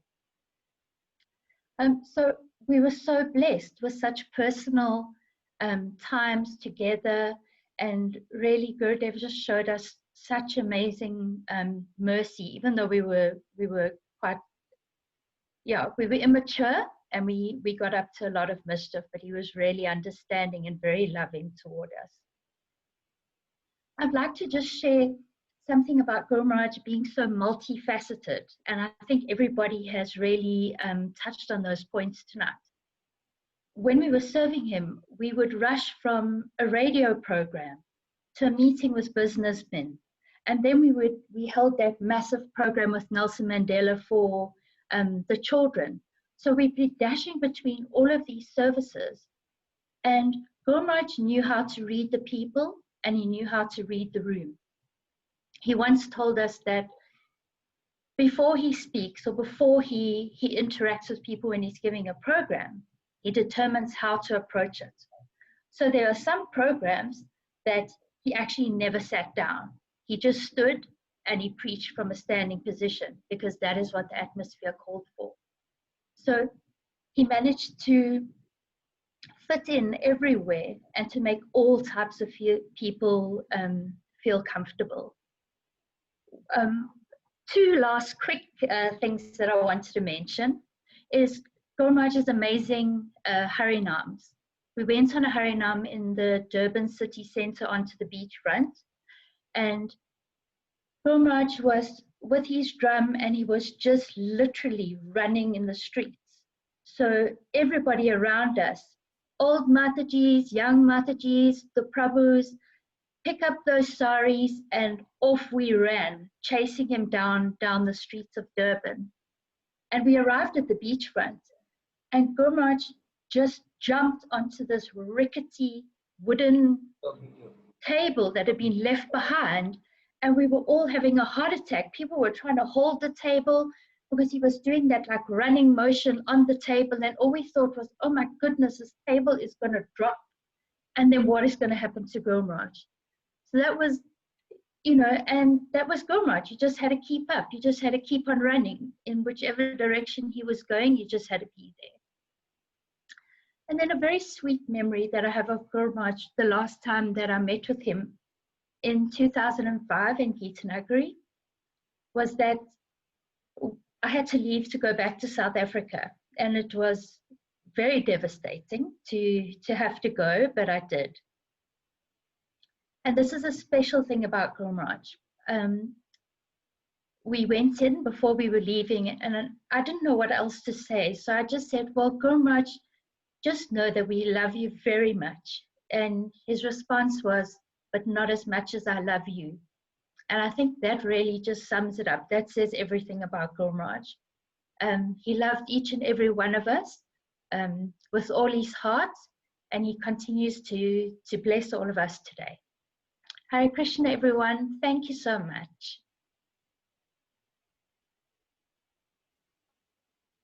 Hare Krishna, thank you so much, Murti Mataji. That was so enlivening to hear and so enthusiastic. This is the beautiful thing about today, is we're all getting to connect from different parts of the world with our different experiences. And it's I think that's one thing that everybody's been consistent on is Gurudev's amazing Harinams, right? And his kirtans, and how, you know, even over the years, as he got older, didn't matter how young the crowd was, we struggled to keep up with him and his enthusiasm. Thank you so much for sharing. So next we have the whole family sharing. We have got Mother Chintamani, Jagannath Prabhu, and their two daughters, Janavatsala and Devaki, sharing with us. They're based in Geetanagari, and they have 2 generations worth of memories to share. I know you're on 2 different devices, right? So I can see Mother Chintamani and Jagannath Prabhu. Would you like to share first? Can you unmute, or do I need to invite you to unmute? There you go. Do you want to share first, and then your daughters can share? Jai Prabhu, Hare Krishna. What we're going to do is to just change to 1 device because we don't get reception so well out here. So Priti is going to end, and then Jagannath Pandit and I will speak, and then the girls will switch chairs so we can hope to get the best reception. Okay, perfect. Sounds great. Thank you. Hare Krishna devotees, please accept my obeisances, all glories to Guru Maharaj, Srila Prabhupada. Vanchakalpa Turvischa, Kripasinda Bhyavicha, Titanam Pavnebhyo, Vaishnavebhyo, Namo Namaha. Wow, this is so wonderful. Thank you all for bringing Guru Maharaj fully present to us today and for this whole weekend. This is a wonderful program. And hopefully it won't be the last. And what I did is to kind of focus myself, because I would just kind of go on and you'd have to cut me off at a certain point. I just wrote a letter to Guru Maharaj. So it's actually addressed to him. So as I speak, you'll understand that it's an offering to him. Dear beloved Guru Maharaj, thank you for saving me and saving my family. Thank you for connecting me with your family that you've created and Srila Prabhupada's family. You've found unlimited ways to glorify and represent Srila Prabhupada through your preaching and through your example. And out of compassion, you preached boldly in so many ways. How you dressed, despite being often misunderstood, criticized, having to give up your name, your Nishringadev cane. But you saw all these as opportunities to just continue to please Srila Prabhupada by cooperation. You were an independent thinker and preacher, and you always were ahead of your time. You fully digested and integrated the teachings of Srila Prabhupada and the revealed scriptures, and you maturely found creative ways to preach and reach the hearts of people all over the world. You were creative, progressive, and a trailblazer for so much of modern day preaching now. Devotees now are more sensitive and creative and find more and more ways to build bridges in their preaching to be relevant to the time, to the place, and the circumstances, and to communicate using language that is sensitive to the audience. You would often say you would preach to remove the obstacles that got in the way of people saying yes to Krishna. So you extended yourself in so many ways, but you always remained chaste and loyal to Srila Prabhupada. You never changed the primary principles, but you were always ready to adjust the secondary in order to reach the hearts of people by giving Krishna consciousness in many ways. In other words, you always gave the essence, which was a manifestation of your love and compassion, Karuna Shakti. And at the same time, you were fiercely loyal to Srila Prabhupada. As a spiritual social activist and a revolutionary, You were sensitive to the needs of those in our communities who were ostracized, mistreated, or misunderstood, especially. You reached out with understanding to women, to children, to homosexuals within our communities. You spoke out while trying to make changes necessary. You spoke out when necessary, and you tried to make meaningful changes. You also reached out to your God brothers and your sisters with care and cooperation and camaraderie. And as a genuine spiritual warrior, you never put down your weapons, your bows, your arrows, your shield, your sword. You expertly kept employing your weapons of humility, compassion, and bold fearlessness. This was your pure devotional service to Srila Prabhupada. Martin Luther King said, are we still there? Yes, you You've, Marge, Bhakti Charadeshna Marge, you've accidentally shared your screen with us. Could you possibly... Can you hear us? Yeah, we can hear you, but Marge is sharing his screen with us. Marge, could you unshare it? Nanda, is this something you can do? I'll see what I can do. I'll just keep going. I was remembering a quote from Martin Luther King. He said, if you haven't found something you're willing to die for, you haven't lived. Well, Guru Maharaj, you died for us, and you died before dying, and you died with us. Like Bhishma Dev, who made his terrible vow, you made that compassionate prayer.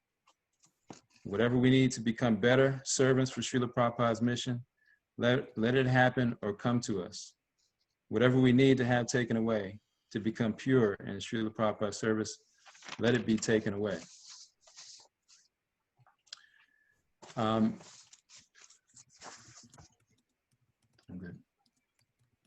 A few comments I wanted to say about how Bhishma Dev and Guru Maharaj, there's some connection there, some similarities.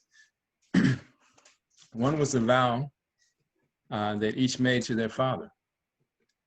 Bhishma Dev made his terrible vow of celibacy for life, for the pleasure of his father. Guru Maharaj also, he gave his life for his father, Srila Prabhupada. They were both warriors on the battlefield. And Bhishma, he knew his fate. He knew that he would die. And he knew, he even told the Pandavas how he could be killed. And Guru Maharaj, he also said, a real warrior never wants the war to end. And so he fought on the battlefield while he was on his bed of arrows. And just as Bhishma Dev knew that he would pass away at a certain time, Guru Maharaj, he would say that Krishna had blessed him to always know a little bit about the future. So he hinted at some of his mystic ability there. And in 2002, there was a darshan, I still haven't been able to find it. He said in that darshan that, in Gitanagari, that in a couple years, he wouldn't be traveling anymore. He would just stay in Gitanagari. And somehow no one ever asked about that after he finished his talk. But that actually came true. You know, at a certain point, he didn't travel anymore. And the last connection is that he was preaching to the end. And there was a certain ras that Bhishma Dev had with Krishna, this chivalrous ras. And it was a loving exchange, it was a sweet exchange. how many of us can say that when we're actually in a battle to the death, that we would consider that a sweet, loving exchange? But Guru Maharaj also, you know, in his last days, with his dear friend Radhanath Maharaj there by his side, he said those famous revealing words that it doesn't get any better than this. So he was tasting that sweetness. And that is the legacy. His life as a spiritual warrior to his leaving the body. He gave and gave and gave. Hare Krishna. Namo Vishnu Padaya Krishna Sabhutale Shrimati Bhakti Tirtha Swami Namane. Namaste Krishna Padaya Prabhupada Sitatmane Shri Gaurav Shakti Bhakti Tirtha Swami Namane. Jai Hare Krishna. All the devotees have just spoken so beautifully about Gurudev and the points that Jagannath Pandit was just making about Gurudev's sacrifice and his love and his surrender. And with all that's going on in the world right now, something that I've been thinking about a lot, and we've all have been thinking about this in many ways, is what does it mean to be in a body? And people are becoming much more aware now because of what's been more evident in the news, is how being in the body is such a fearful state. It's a fearful state being in our bodies. We're so far away from home in a very dangerous place. So when I think about my experience of being in a body, and I think about what's helped me to negotiate being in this body in this very dangerous place far away from our real home, a loving, protective parent helps a child negotiate and helps the child make it more manageable to be in their scary state, being a little teeny child. And so Gurudev, as I've been just thinking about him deeply lately, I'm just so much more appreciative of the depth of love that he offered everyone in the world as just a very protective, dedicated, loving parent. But beyond that, touching on the point that Jagannath Pandit was just saying, his willingness to use his body, all aspects of its body, to its fullest capacity and service. So much so that he was willing to give his body in service. And last night I was reading Spiritual Warrior 3, and one of the meditations was about crying with the Lord. And Gurudev talked about Vasudev Dat and the vow that he made, that he wanted to take on the sins of the whole world, and how Vasudev Dat's sincere, unfathomable willingness to take on the suffering of the whole world made Lord Chaitanya cry.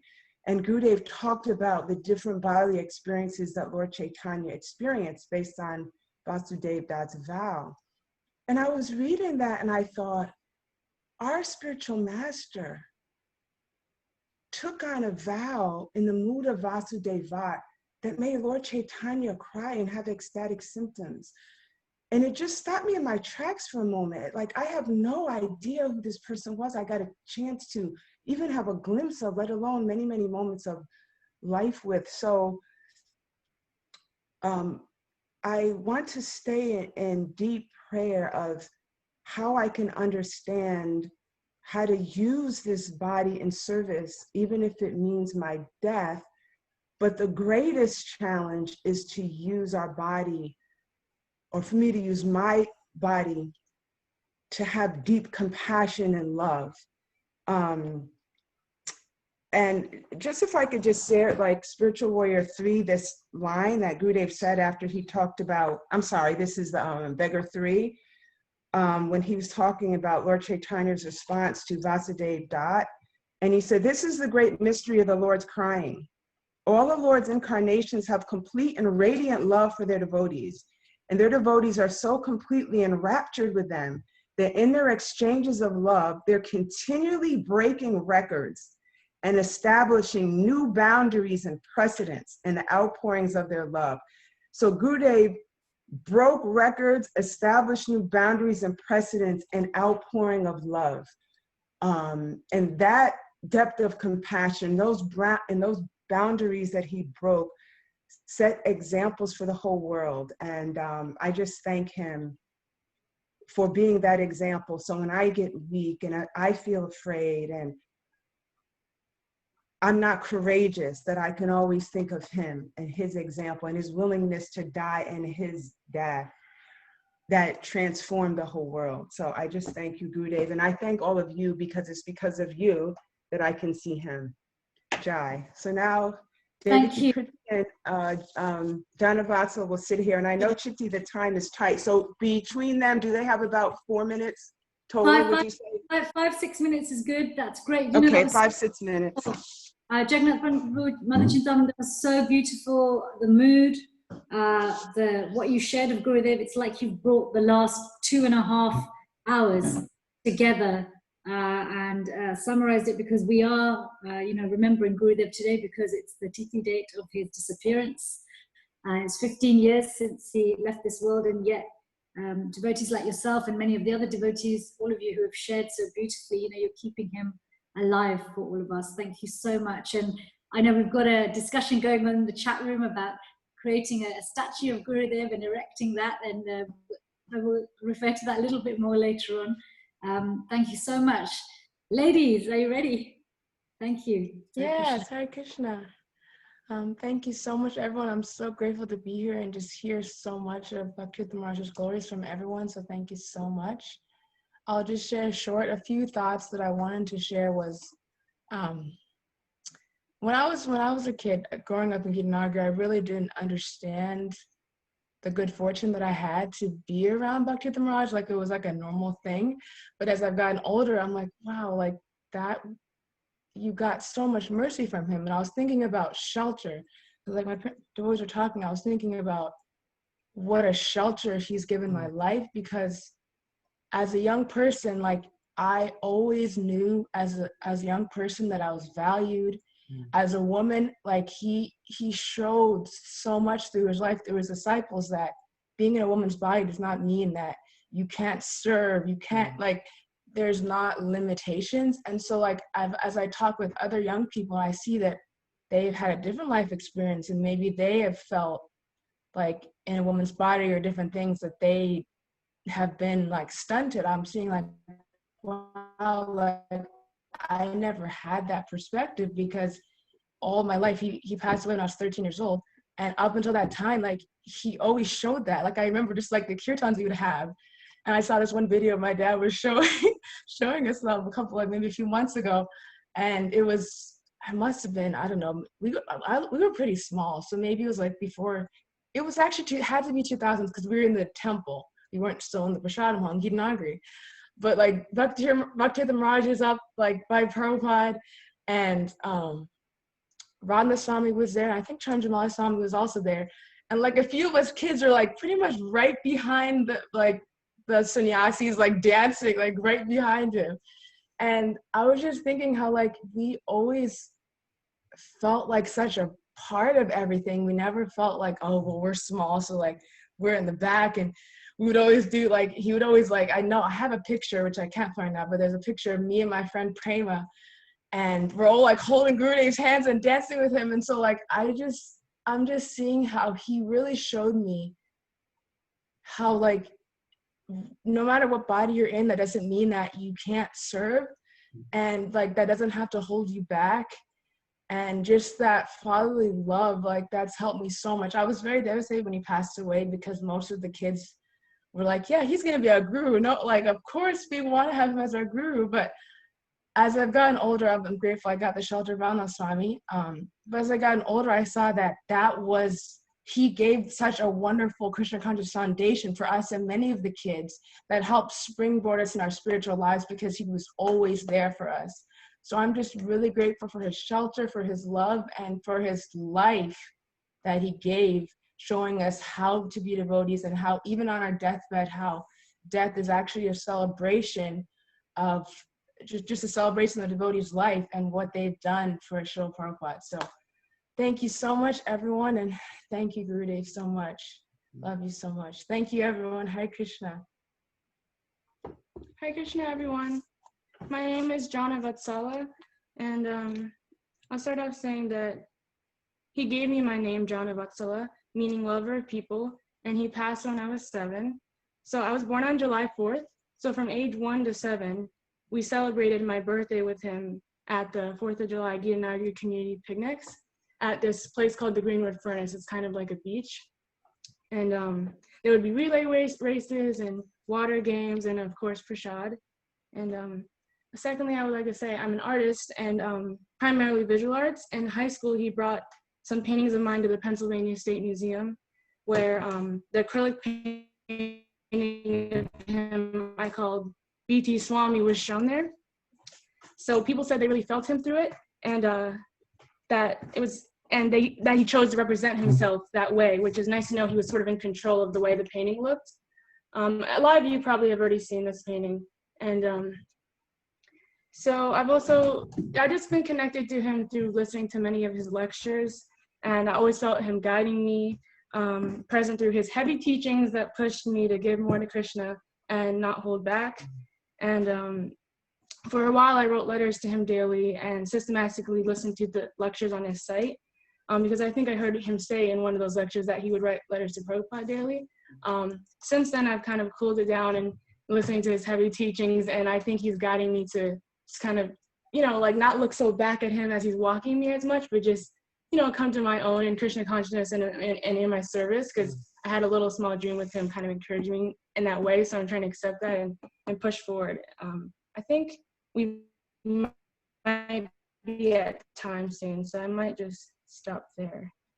But yeah, he really encouraged us children. Like, I would have liked him to be allowed to be my spiritual master, but I take a lot of inspiration from his God brothers and all the inspiring people in our line, and who are teaching us. And his teachings are practically, his teachings, which are from Srila Prabhupada, are practically inseparable from our souls, I feel. And he always lifted us kids up very much. He treated us like adults too, with valid feelings, needs, and concerns. And so I've heard, and the Gita Nagari community carries on that legacy and beyond ageism, raising a new generation of conscious leaders and servants in Prabhupada's movement. So. Thank you, Devaki Preeti and Jana Vatsala. Thank you so much. Thank you, Mother Chintamani, Jagannath Pandit Prabhu. You guys are an amazing example of Gurudev, inwardly, outwardly. It's so nice to hear you share as a family. You guys are so blessed, and we're really blessed to have you in our lives. Thank you, thank you, thank you. And thank you for also sticking to time, even though all 4 of us. It's so wonderful. We had a message on the group that Yuga Dharma, our God brother in Russia, Russian devotees are part of our God. They're a big part of our God family, but we don't often hear from them. And they've been live streaming all of this to the devotees in Russia. So he's going to actually be sharing with us in a few minutes. But next, I would like to invite Hare Krishna. I would like to invite Jayadev Prabhu, who is in New Jersey. So Jayadev Prabhu used to be Gurudev's personal servant. So Jayadev, I know you're there, so if you could unmute yourself and put your camera on, that would be amazing. Can you see me? Yes, I can. With all your paintings, thank you. Very well. Very well. Hare Krishna. Haribol, everyone. So yeah, I normally don't like to speak in large groups, so I'm going to be a little bit nervous, but hopefully by your blessings, so please forgive me. Just wanted to pray to Gurudev first. So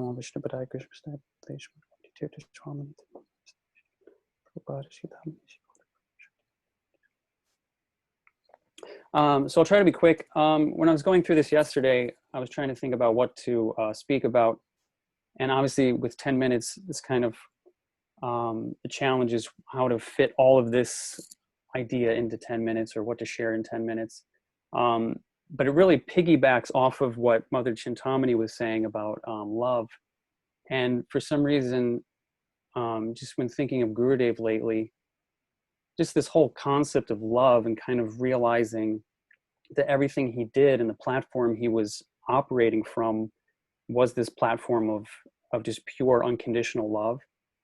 And, you looking back, everyone could say, well, obviously, Jayadev, that's an obvious statement. but to really realize it, that was driving everything he did, everything he said, was just this level of just love and service to others.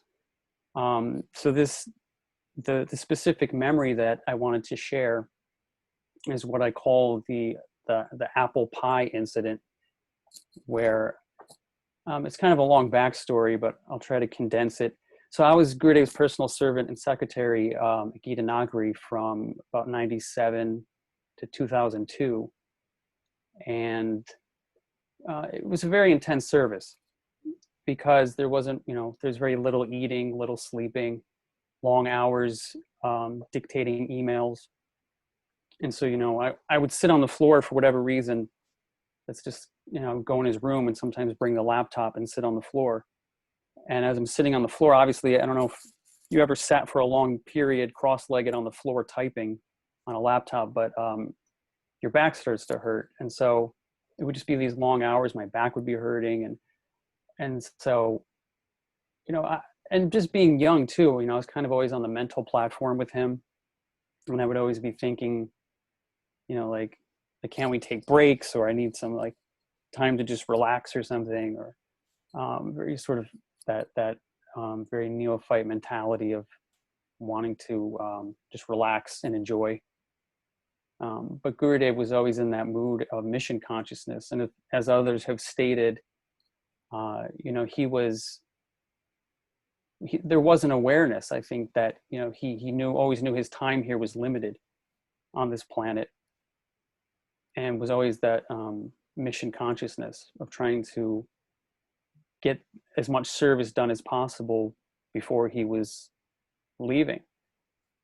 So anyway, it was hard for me as, just kind of a young devotee, and being very selfish on top of it. That was my problem.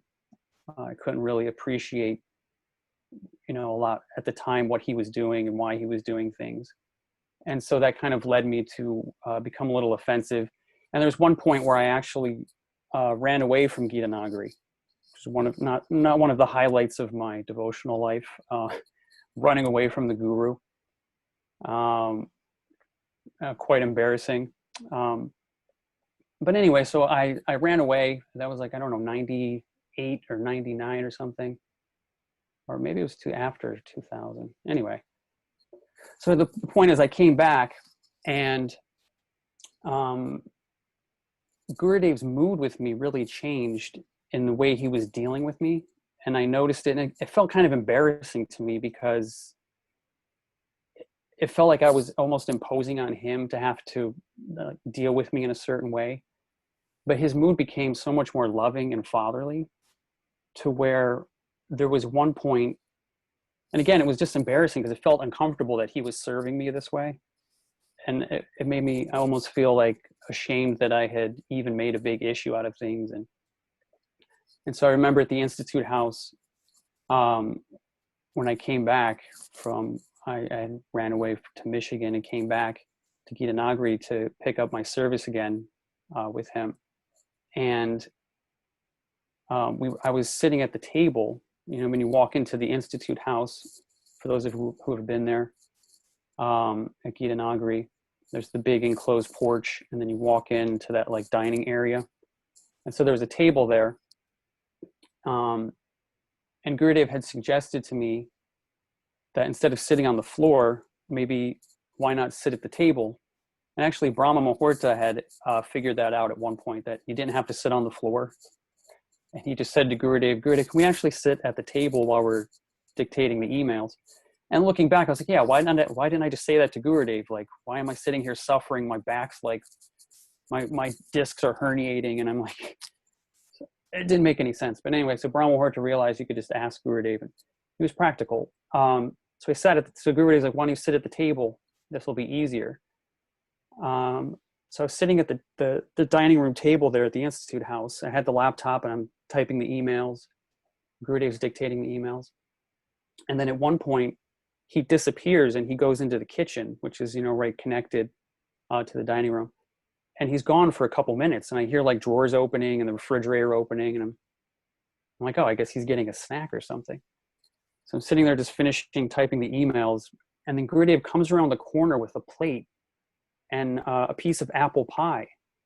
And he has a plate and a fork and this plate of apple pie, and he brings it to me, and he's like, Jaydev, you should try this apple pie. It's really good. And he sits it down in front of me. He gives me the fork, and I'm like, oh my God, this is so embarrassing. Like he's serving me, and this is like really uncomfortable. He's like, why don't you just take a break? You just take a break and just have some pie. And then, but I look back at that and I think like, it could be seen as almost forced that he was acting that way, almost as an act kind of thing, like, but it was so genuine that that's what really just crushed me. And I just remember just shrinking, like I felt like shrinking down in the chair, and I was like, oh man. So I'm sitting there just eating this pie, and he's like, it's pretty good, huh? But I just, that kind of like looking back at that experience, like, his love for us was always so genuine that, like I said before, it motivated and sort of informed everything he did, was just that selfless love. And I don't know, how much time do I have? There were a couple things I wanted to share. It's okay, you can carry on, go for it. Okay, there's just a couple things. Just in terms of, because how much he would travel, and he made the joke in The Beggar, like sometimes he enjoys traveling and likes going to new places and being like a tourist, and things like that. But we could look at that and say, well, it's very intense, very grueling to be able to travel like that. But he did it out of love. And there was this recently an interview with Dr. Percy Thomas, and that's the one I transcribed recently. And the Dr. Thomas was kind of joking with Gurudev and saying, oh, like, he's like, you're here and then you're there. I can't keep up with you. You're all over the world. And then he said, do you ever let grass grow under your feet? And Gurudev's reply was, he said, as we once said, sometimes about every 2 weeks or so, we're in a different country. And because we are very concerned with the present problems that the world is facing, and we're very interested in being able to provide technologies to make a difference, so we try to move around to do our part. And I just thought that was very touching, because as Gurudev said, we're very concerned with the present problems on the planet. And again, that was what was motivating Gurudev, was this deep concern and love for everyone, that he was submitting himself to those inconveniences, those austerities. And his mother Chintamani said, even offering his body, in those services, because that's just how much he was concerned for everyone on the planet and the problems facing us. And the other thing was, I wanted to say,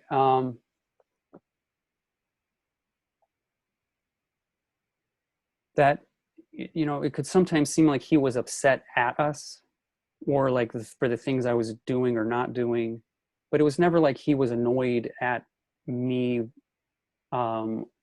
because it was inconveniencing him, or like it was something I did wrong that messed something up, that he would get upset. But he was getting upset because we were actually hurting ourselves. And then he said to me in one email, no, I will not give up on you. I love you too much to do that, but I will be glad when you will become much more focused, for then you will be happier. So again, just that concept of the idea of love, that he was upset when we were hurting ourselves. One last thing here. I had a couple things to read. This was a letter I wrote to him back in 1996. At the very end, he says, I guess in the letter I must have expressed that I was loving and appreciating him. He said, yes, thank you for your love, and know that my love for you is also very strong. But guess what? In time, our love for each other shall grow even stronger. Isn't that exciting? And just that idea of, in the beginning, there can be this sentimental sort of conception of love, or I love my guru, but the real thing is the maturity that comes along with that as the relationship progresses.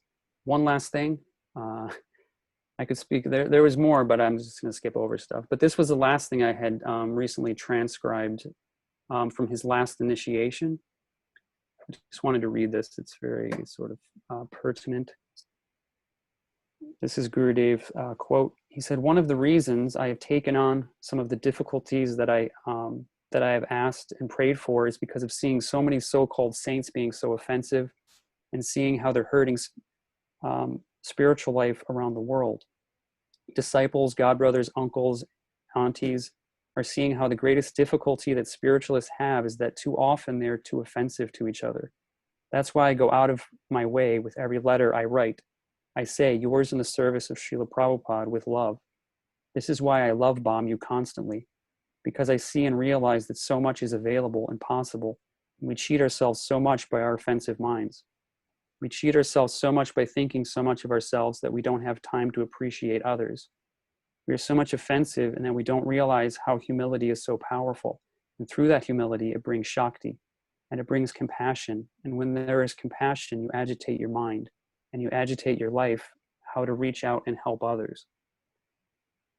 So I just love that, the love bombing, because it really feels like, more and more, this is what Gurudev wants from us, and the planet really needs is this this real love, genuine love on the planet.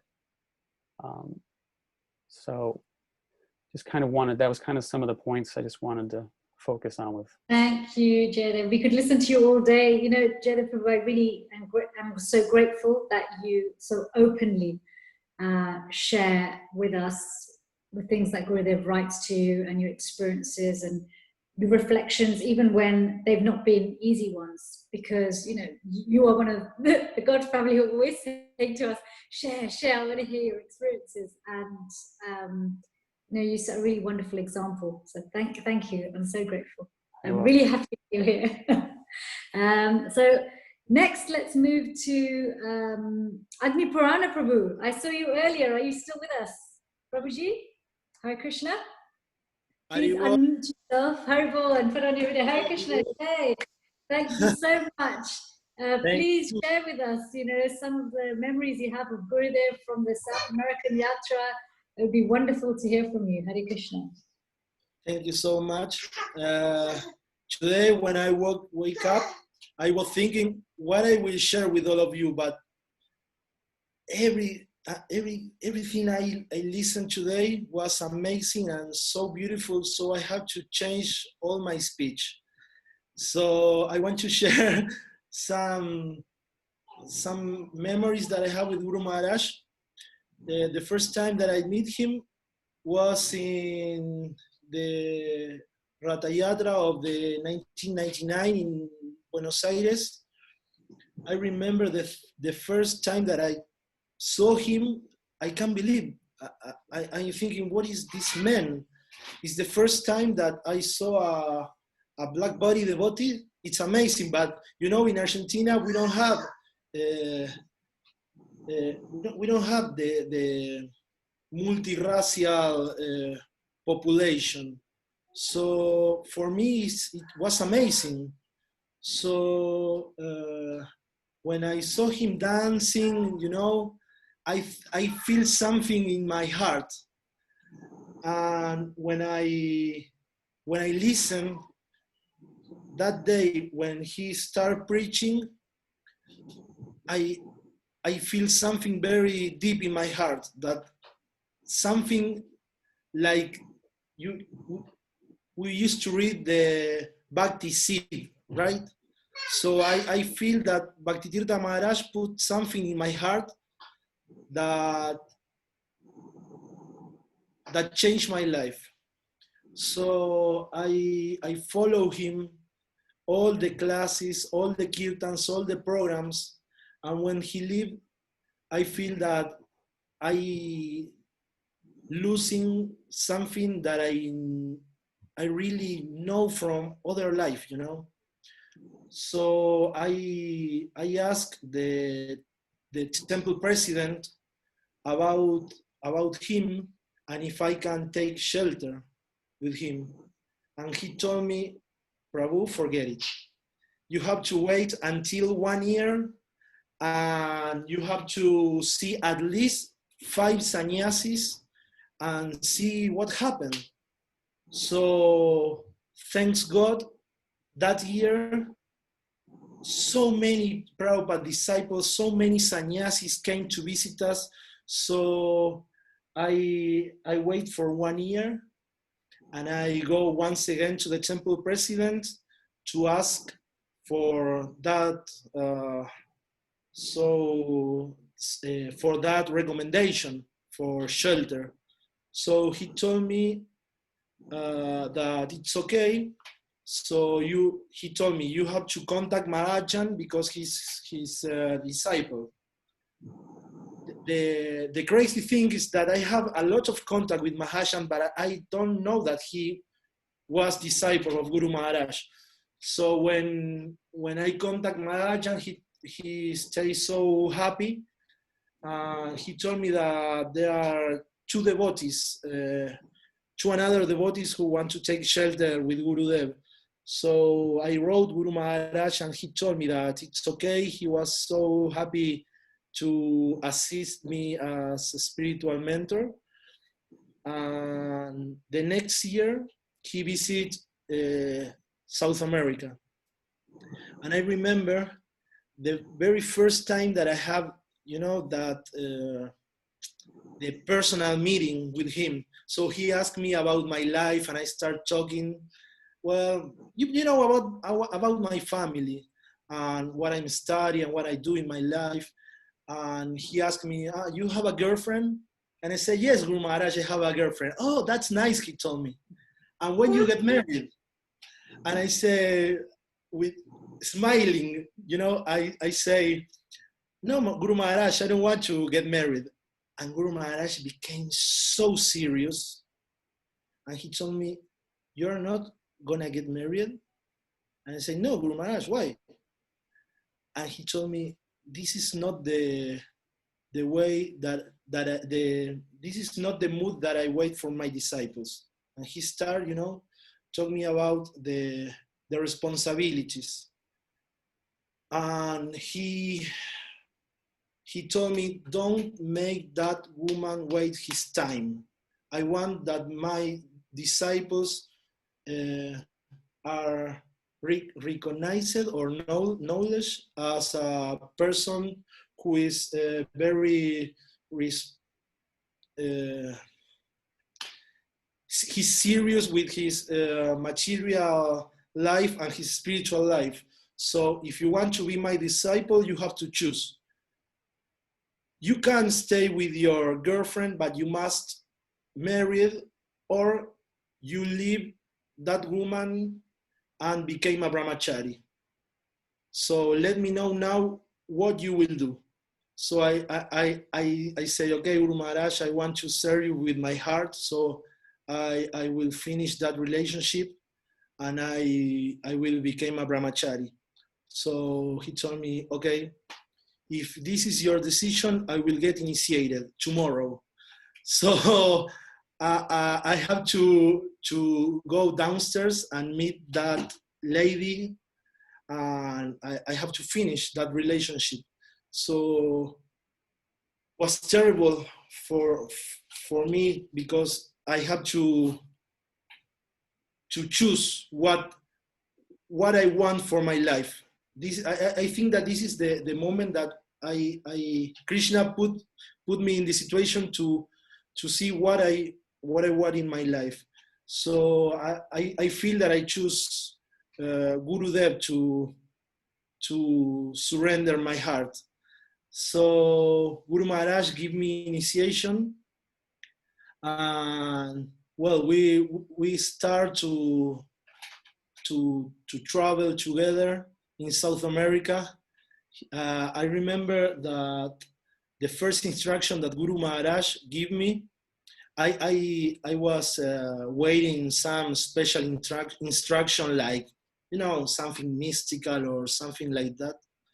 And he told me, when I asked for instruction, he told me, you must go to Mexico and to learn how to serve in a family mood, because my disciples in Mexico, they are so nice, and you can learn a lot from them. So I realized that Guru Maharaj, at least for me, was a real father, because he connects us like he do now with all of us. He connects us with the heart. So I feel that I'm devotee of Bhakti Tirtha Maharaj, and for me this is amazing. And the last time I met Guru Maharaj was in Gitanagari for his last Vyasa Puja. So I got to meet him. We have a wonderful talk.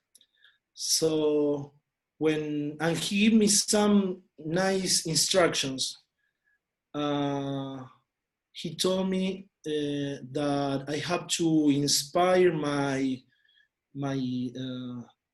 our God family in South America.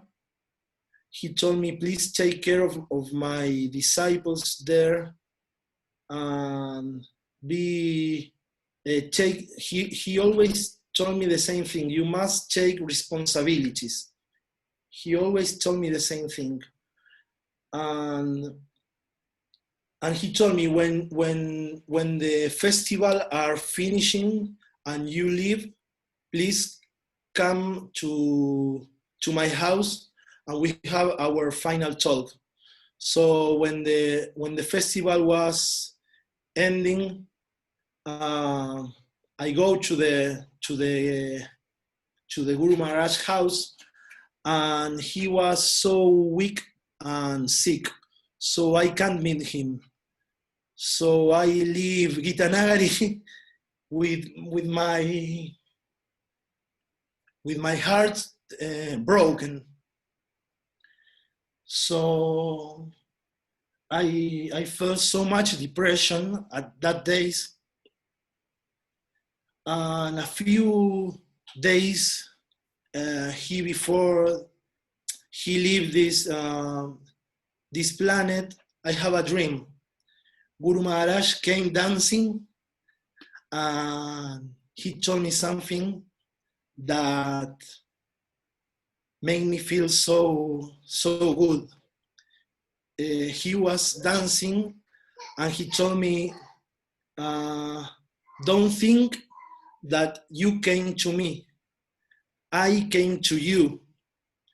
And he gave me an embrace, and he told me, please don't forget that I love you, and we will see you soon. So when devotees ask me what is my inspiration to continue in my spiritual life all over this year, I feel that inspiration that I feel was the day that I have the personal association with Guru Maharaj, because when I was with him, I feel so happy. And when I have to explain how I feel happy in Krishna consciousness, I always try to remember the days that I was with Guru Maharaj. There's no day that I don't think about him, and there's no day that I don't feel that he's present in my life. So I'm so happy to be with all of you. I'm sorry that I can't express more, but I'm so sensitive right now. The reason, I was so happy when you agreed to speak, because the way you share and your love for Gurudev is so apparent. Language, you were worried about your language, but it's never a barrier to you. Okay, you are wonderful. Thank you so much for bringing joy and Gurudev's essence to this sharing. So we're moving to our, thank you so much. We're moving to our final speaker. So I mentioned earlier that, this event's being live streamed in Russian for our Russian, God family well-wishers. And Gurudev actually has a lot of disciples in Russia, but we don't hear from him so much. So actually, we're very, very grateful to Yugadharma Prabhu for being on here, not just facilitating the live stream, but also being willing to share some pastimes of Gurudev in Russia. So Yugadharma Prabhu, if you could unmute yourself and pop your camera on, and Agni Purana Prabhu, if I could ask you to mute yourself again, thank you so much. Thank you, Hare Krishna. Hare Krishna, Hare Krishna. Hare Krishna. My humble obeisances. My English is very terrible, so I will ask my friend, translator, translate into English. And if Sure. you not okay, No problem. Вы сможете переводить с русского на английский? Да, я думаю, что... Тогда вам надо включить микрофон просто. Вот я сейчас говорю в Zoom. Ага, хорошо. Да. So, Prabhu, should we keep Yes. Prabhu, who's translating? Should we just keep your microphone on and Yugadharma Prabhu? No. This is translator. My translator. Can I speak Russian and this Yes. devotees translate? Yes, and I will translate into English. Yes, thank you very much. Мне посчастливилось сопровождать приезд Гуру Махараджа в 2002 и 2003 году в России. I was very happy to be with Guru Maharaj while his visit to Russia in 2002 and 2003. И я был поражен, как Гуру Махарадж умел возвышать сознание обычных людей. I was very amazed how Guru Maharaj could elevate the conscience of usual people. Однажды его пригласили на одну из самых популярных программ в России «Чего хочет женщина?». Once he was invited for one of the most popular TV shows in Russia. It was called "What the Woman Wants." И эта передача была настроена на то, чтобы каким-то образом дискредитировать его образ царя. And this program was targeted on somehow discredited him, like his position of king. Как выяснилось позже, там были подставные люди, статисты. As we knew after, there were some false people. There were no real people in that show, actors. И там были также известные люди присутствовали. And some famous people were there as well. Одна женщина задала вопрос Махараджу и сказала, что мне кажется, вы человек очень, так сказать, неудачный в том смысле, что у вас нет семьи, нет детей, нет собственности. And there was one woman, and she asked, "I think that you are a very unfortunate man because you don't have family, you don't have anything, you don't have children, you don't have any estate, nothing." Она привела пример своего мужа, который был геологом и всегда путешествовал один, и в результате остался без семьи, страдать и умирать на старости лет. И она сравнила его с вот примерно Махараджа примерно вот с этим примером. And she compared Maharaj with her husband. He was a geologist, and so he was every time alone somewhere. And after all, he just was dying alone, very sick. И Махарадж очень внимательно ее выслушал, и потом он сказал удивительные слова, которые заставили навернуться слезы на глаза этой женщины. And Maharaj was listening very carefully, and then he told some words that made that woman cry. Он сказал: «Я вижу, что ваше сердце умеет любить». He told, "I see that your heart knows how to love."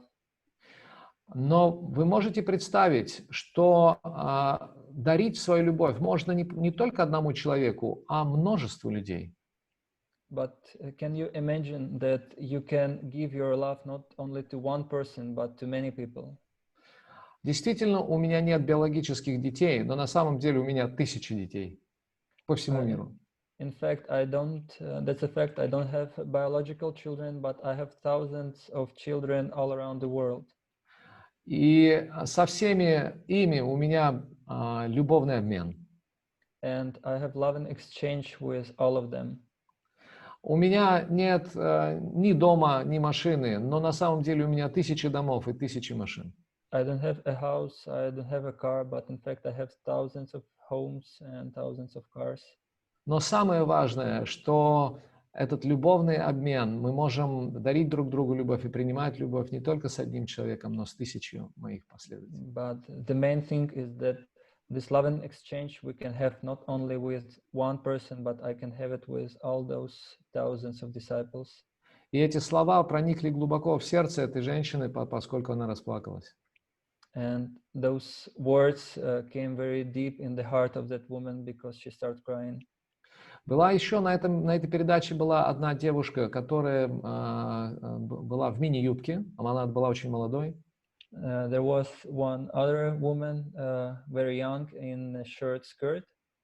И она попросила подписать Махараджа книгу, сделать подпись на книге, на его книге. And she asked if he can sign a book, his book for her. И она была готова уже встать и подойти к нему, но Махарадж остановил ее и сказал, что я сделаю, я обязательно подпишу вам книгу, но позже, не сейчас. And she wanted to stand up and give the book for signing, but Maharaj stopped her and said, I will sign it, but later. Она попыталась все-таки еще раз это сделать, сказала, ну вы, наверное, сразу уедете, сядете в свой лимузин, уедете. She made an effort to do it one more time, saying, but now you will leave very fast, you will sit in your car and go away. Но Махарадж сказал, нет, я обещаю вам, я обязательно подпишу вам эту книгу. But Maharaj told, no, I promise, I will sign this book for you. Буквально спустя какое-то время после окончания передачи я увидел эту девушку, но она была уже в брюках, она не была в мини-юбке, она была в брюках, немножко по-другому одета. Just shortly after the show finished, I saw that same woman, but she was not in a skirt, she was in pants normally. И я поделился этими наблюдениями с преданными. Sorry, Prabhu. Dirashanta Prabhu, I think what you just said got scrambled. If you could just repeat the last. Yeah. bit. After the show finished, so Yugadharma Prabhu saw that this woman was not in a skirt, but she changed to the trousers, the pants. So she was in a skirt, in a pants. Yeah. И одна преданная, она сказала, а эта девушка подсадная, это статистка. And the woman said that this is not an like преданная, наша знакомая преданная, она сказала, это подставной. Okay, and we had our devotee who we knew in that show, and she thought this is not a real person, this is an actor. И я спросил, а откуда ты знаешь это? And I asked her how does she know? И выяснилось, что, оказывается, между ними был разговор. Между этими девушками был разговор. And it comes out that these two women, they have a conversation. И та девушка, которая хотела получить подпись Махараджа, она призналась, что ее задачей было такое: встать, ну, то есть, когда Махарадж разрешит подписать, она должна была встать, подбежать к нему и чмокнуть его в щечку. And that woman, that actor, she told that actually her role was to ask Maharaj to sign a book, and when he will agree to sign it, so she will stand up, come to him and kiss him on his cheek. И тут же камеры должны были выхватить крупно микроэмоции Махараджа, его улыбку или еще что-то, и тем самым дискредитировать его. And so the cameras was ready to shoot when this will happen to somehow to then express that Guru Maharaj is is not that genuine. Но эта девушка призналась, что какая-то сила внутри сдержала ее. Она сказала, я не могла, от него и шла такая чистота, что я не могла это сделать. But this woman confessed that I just felt some energy of purity from this man, so I just was not able to do it. Вот таким образом Махарадж действовал на людей. So this is a way that Guru Maharaj acted. or how he was expressing with people. И один известный актер, который уже ушел немножко раньше с этих съемок, он сложил молитвенно руки и сказал: «Я приношу вам свои поклоны, потому что я так не смог бы». One famous actor that left the show just a little bit earlier, he came to Guru Maharaj with folded hands and said, "I offer you my obeisances because I couldn't do it in such way. I couldn't do it." Есть у меня еще минута? If I have one more minute. Я расскажу одну смешную историю. I will tell one funny story. О том, как Махарадж очень легко относился, в нем не было вообще нисколечки раджаса.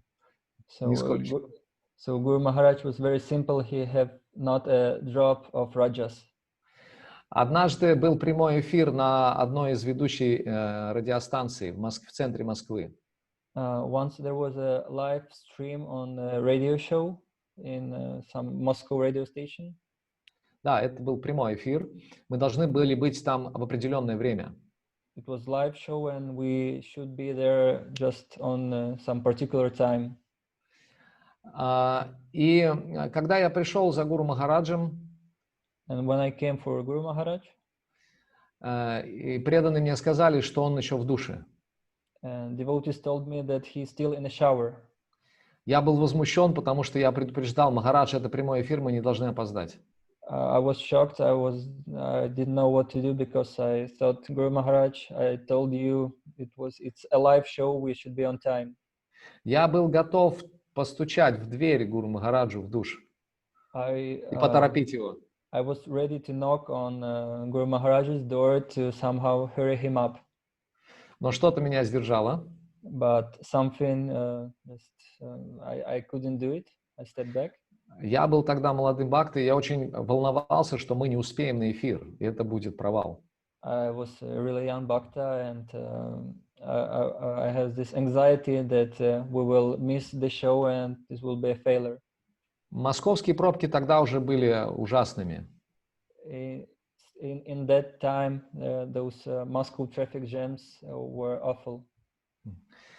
Когда Махарадж с царственной манерой не спеша оделся и спустился к машине, and when Guru Maharaj, with his king manners, he just slowly dressed up and slowly got to the car. Меня уже трясло, потому что мы реально опаздывали. I was shaking because we were really late. Я сказал моему духовному брату, который был за рулем, я сказал: гони. I told to my spiritual brother who was driving the car, just hurry up, be really fast. И мой духовный брат Югала Кишор, он ехал по трамвайным линиям, он ехал по газонам, он ехал по встречной полосе. And my spiritual brother Yugala Kishore, he was driving across the tramways, grass lawns, across everything, just to be really fast on time. Махарадж был немного удивлен, и он спросил: а так можно ездить здесь? And Guru Maharaj was surprised, and he asked, "Is it allowed to drive like this here?" Я сказал: нет, Махарадж, но похоже мы опаздываем, мы должны это сделать. I told, no, Guru Maharaj, but we are late, so we need to be on time somehow. Даже когда он услышал, что мы опаздываем, ни тени вообще какого-то волнения на его лице не было. Even when he heard that we are late, not even a bit shadow of anxiety was on his face.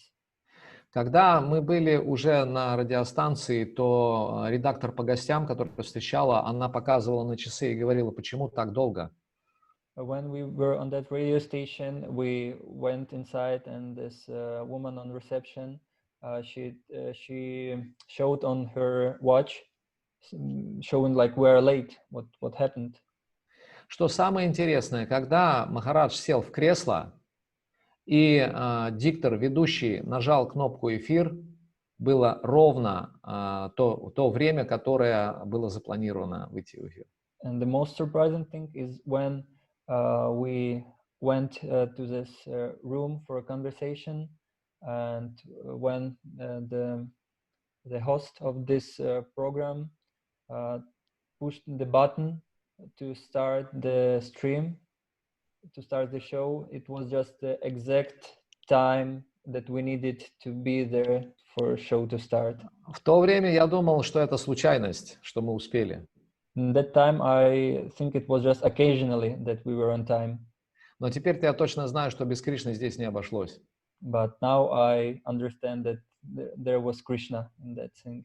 Подобно тому, как он остановил закат во время битвы на Курукшетре, подобно этому, похоже, он остановил время, чтобы мы успели. Just like Krishna stopped the sunset on the battlefield of Kurukshetra, same that day he stopped time for us to be on time. Таков был Гурудев. So that was Gurudev. Thank you very much, my dear brothers and sisters. Thank you so much. We're so grateful. We rarely get to hear from you guys, so we're so happy that we've had this opportunity to share from every corner of the world and hear from every corner of the world. Guru Maharaj is, our God family is very diverse. I think it's one of the things that reflects Gurudev's uniqueness. So I'd like to just, before we finish, actually just share with you what we've got for the rest of the weekend. So one second, let me pull these things up. So first of all, I would like to share with you, so what we've got coming up, I can see Mother Rajalila is on the call with us. It was so wonderful to see you. She's been sitting quietly, patiently listening. She's so wonderful at that, listening, and she is going to be kicking off our program tomorrow.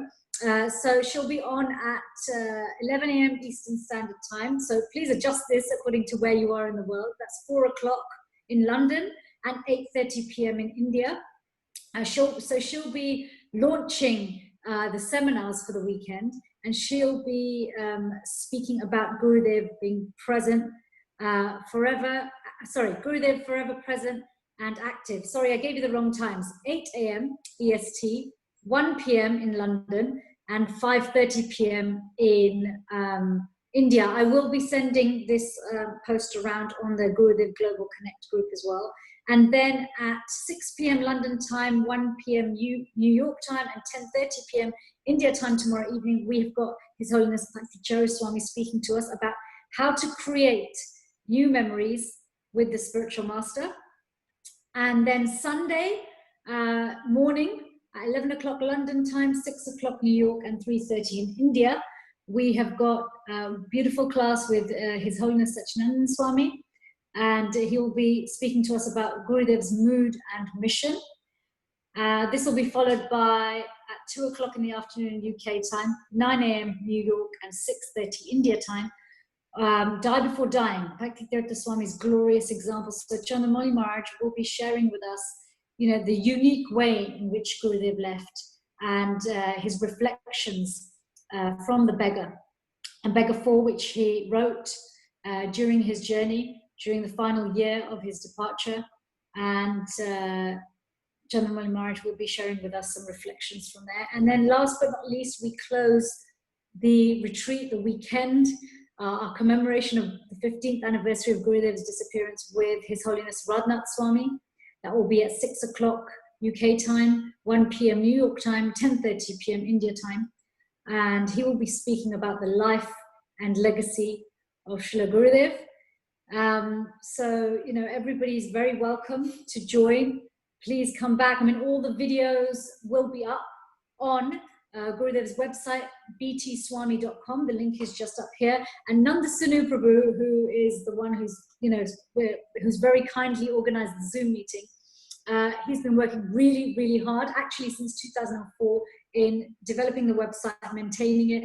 But actually, over the last couple of weeks, he's been working even harder to try and meet this deadline for this weekend to have the new, fresh, updated website, which is very modern, much easier to use. We'll have Maharaj's classes, audiobooks, videos, a little bit about him, and pictures, and all the videos from this weekend. That's today, and all the classes from the weekend will be up on the website, and also our BT Swami Vault, which is a YouTube channel. And also wanted to let you know that if you would like to get hold of Gurudev's books, I know sometimes we've struggled because either they were out of print or they were physically located in a country perhaps you don't reside in. Amazon, Jayananda Prabhu has arranged all the Amazon print on demand, which now means that as well as being available on Kindle, if we order Gurudev's books on print, they just print based on how we need it. So anyone can get hold of Gurudev's books in print now. There is not an issue about whether there is enough copies of them or not. And last but not least, we wanted to say a huge, huge thank you to everybody. As you all know, we have been trying to, as an offering, as a collective endeavor, trying to get full ownership of Gurudev's house to iFast by paying off the final balance of the mortgage on his home, the place where he left his body, the place where he left this world, where he wrote many of his books, where we continue to have programs. We only launched the project, the initiative to pay this off 2 weeks ago, and we had a balance of 87,000. We've now reached 67,000. We only have 20,000 to go. So if you look on the screen, you'll see the link is still there. For those of you who wanted to make a contribution, the link is there. Those of you who have already done so, and so many of you have, we are so, so grateful. And we're really, really appreciative of that. I think Nanda Sanu will share the link in the chat room also, if any of you want to click it and visit the GoFundMe page and make a contribution. We're really looking forward to having you all back here again tomorrow with Mother Rajalila, kicking things off for us. She's served Gurudev for 30 years whilst he was physically on the planet. She's a very senior disciple, wonderful, wonderful devotee. I personally have a lot of affection for her. Mother Rajalila, did you want to share anything about your session tomorrow before we finish?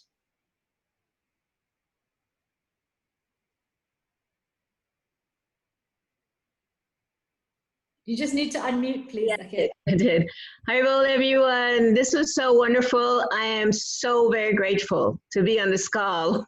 It's just, I believe this is Gurudev being present and being active, that all of his disciples are coming together and they're just kind of taking the time to be together and to be able to share some memories about him. So I am excited and looking forward to being with all of you tomorrow morning. And I thank you, Chitty. I thank the team there in UK that I mean, worked so hard to put this together. Bhuta Bhavana Prabhu, you're like a background person. However, I know how much love that you have and how much you are putting into making sure that devotees are able to share. None of you have spoke in the UK, and you just made it available for everyone else. So thank you, everyone. Thank you so very much. Thank you, everybody. So wonderful to see you. I wish we didn't have to finish, but we'll see you all tomorrow. Hare Krishna. Yeah. I also just wanted to quickly thank Dhruva Maharaj Prabhu from the UK who kicked this whole thing off. Thank you very much, Dhruva Prabhu. Thank you, Dhruva. Yes, Dhruva, thank you so much.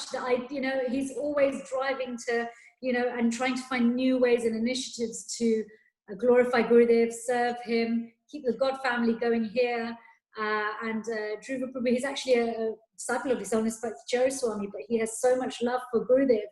And his love is contagious, as in like we all have more love for Gurudev because of him. So Dhruva, if you're on the call, I can't see you, but thank you so much for everything you do. Katie, I just want to say, Nanda Suno, thank you so much for bringing that to awareness, because Dhruva was persistent. He was so persistent that I was like, okay, okay. It was just amazing how much he wanted this to happen. Yeah. And so, yeah, we really, really appreciate your determination, Dhruva Prabhu. You know, he has this, he's like Gurudev. He thinks big, and anything's possible. Yes. So thank you, Dhruva, for being such an amazing inspiration. Okay, Hare Krishna, everybody. See you tomorrow. Hare Krishna. Hare Krishna. Maharaj ki jai. Bye. Bye.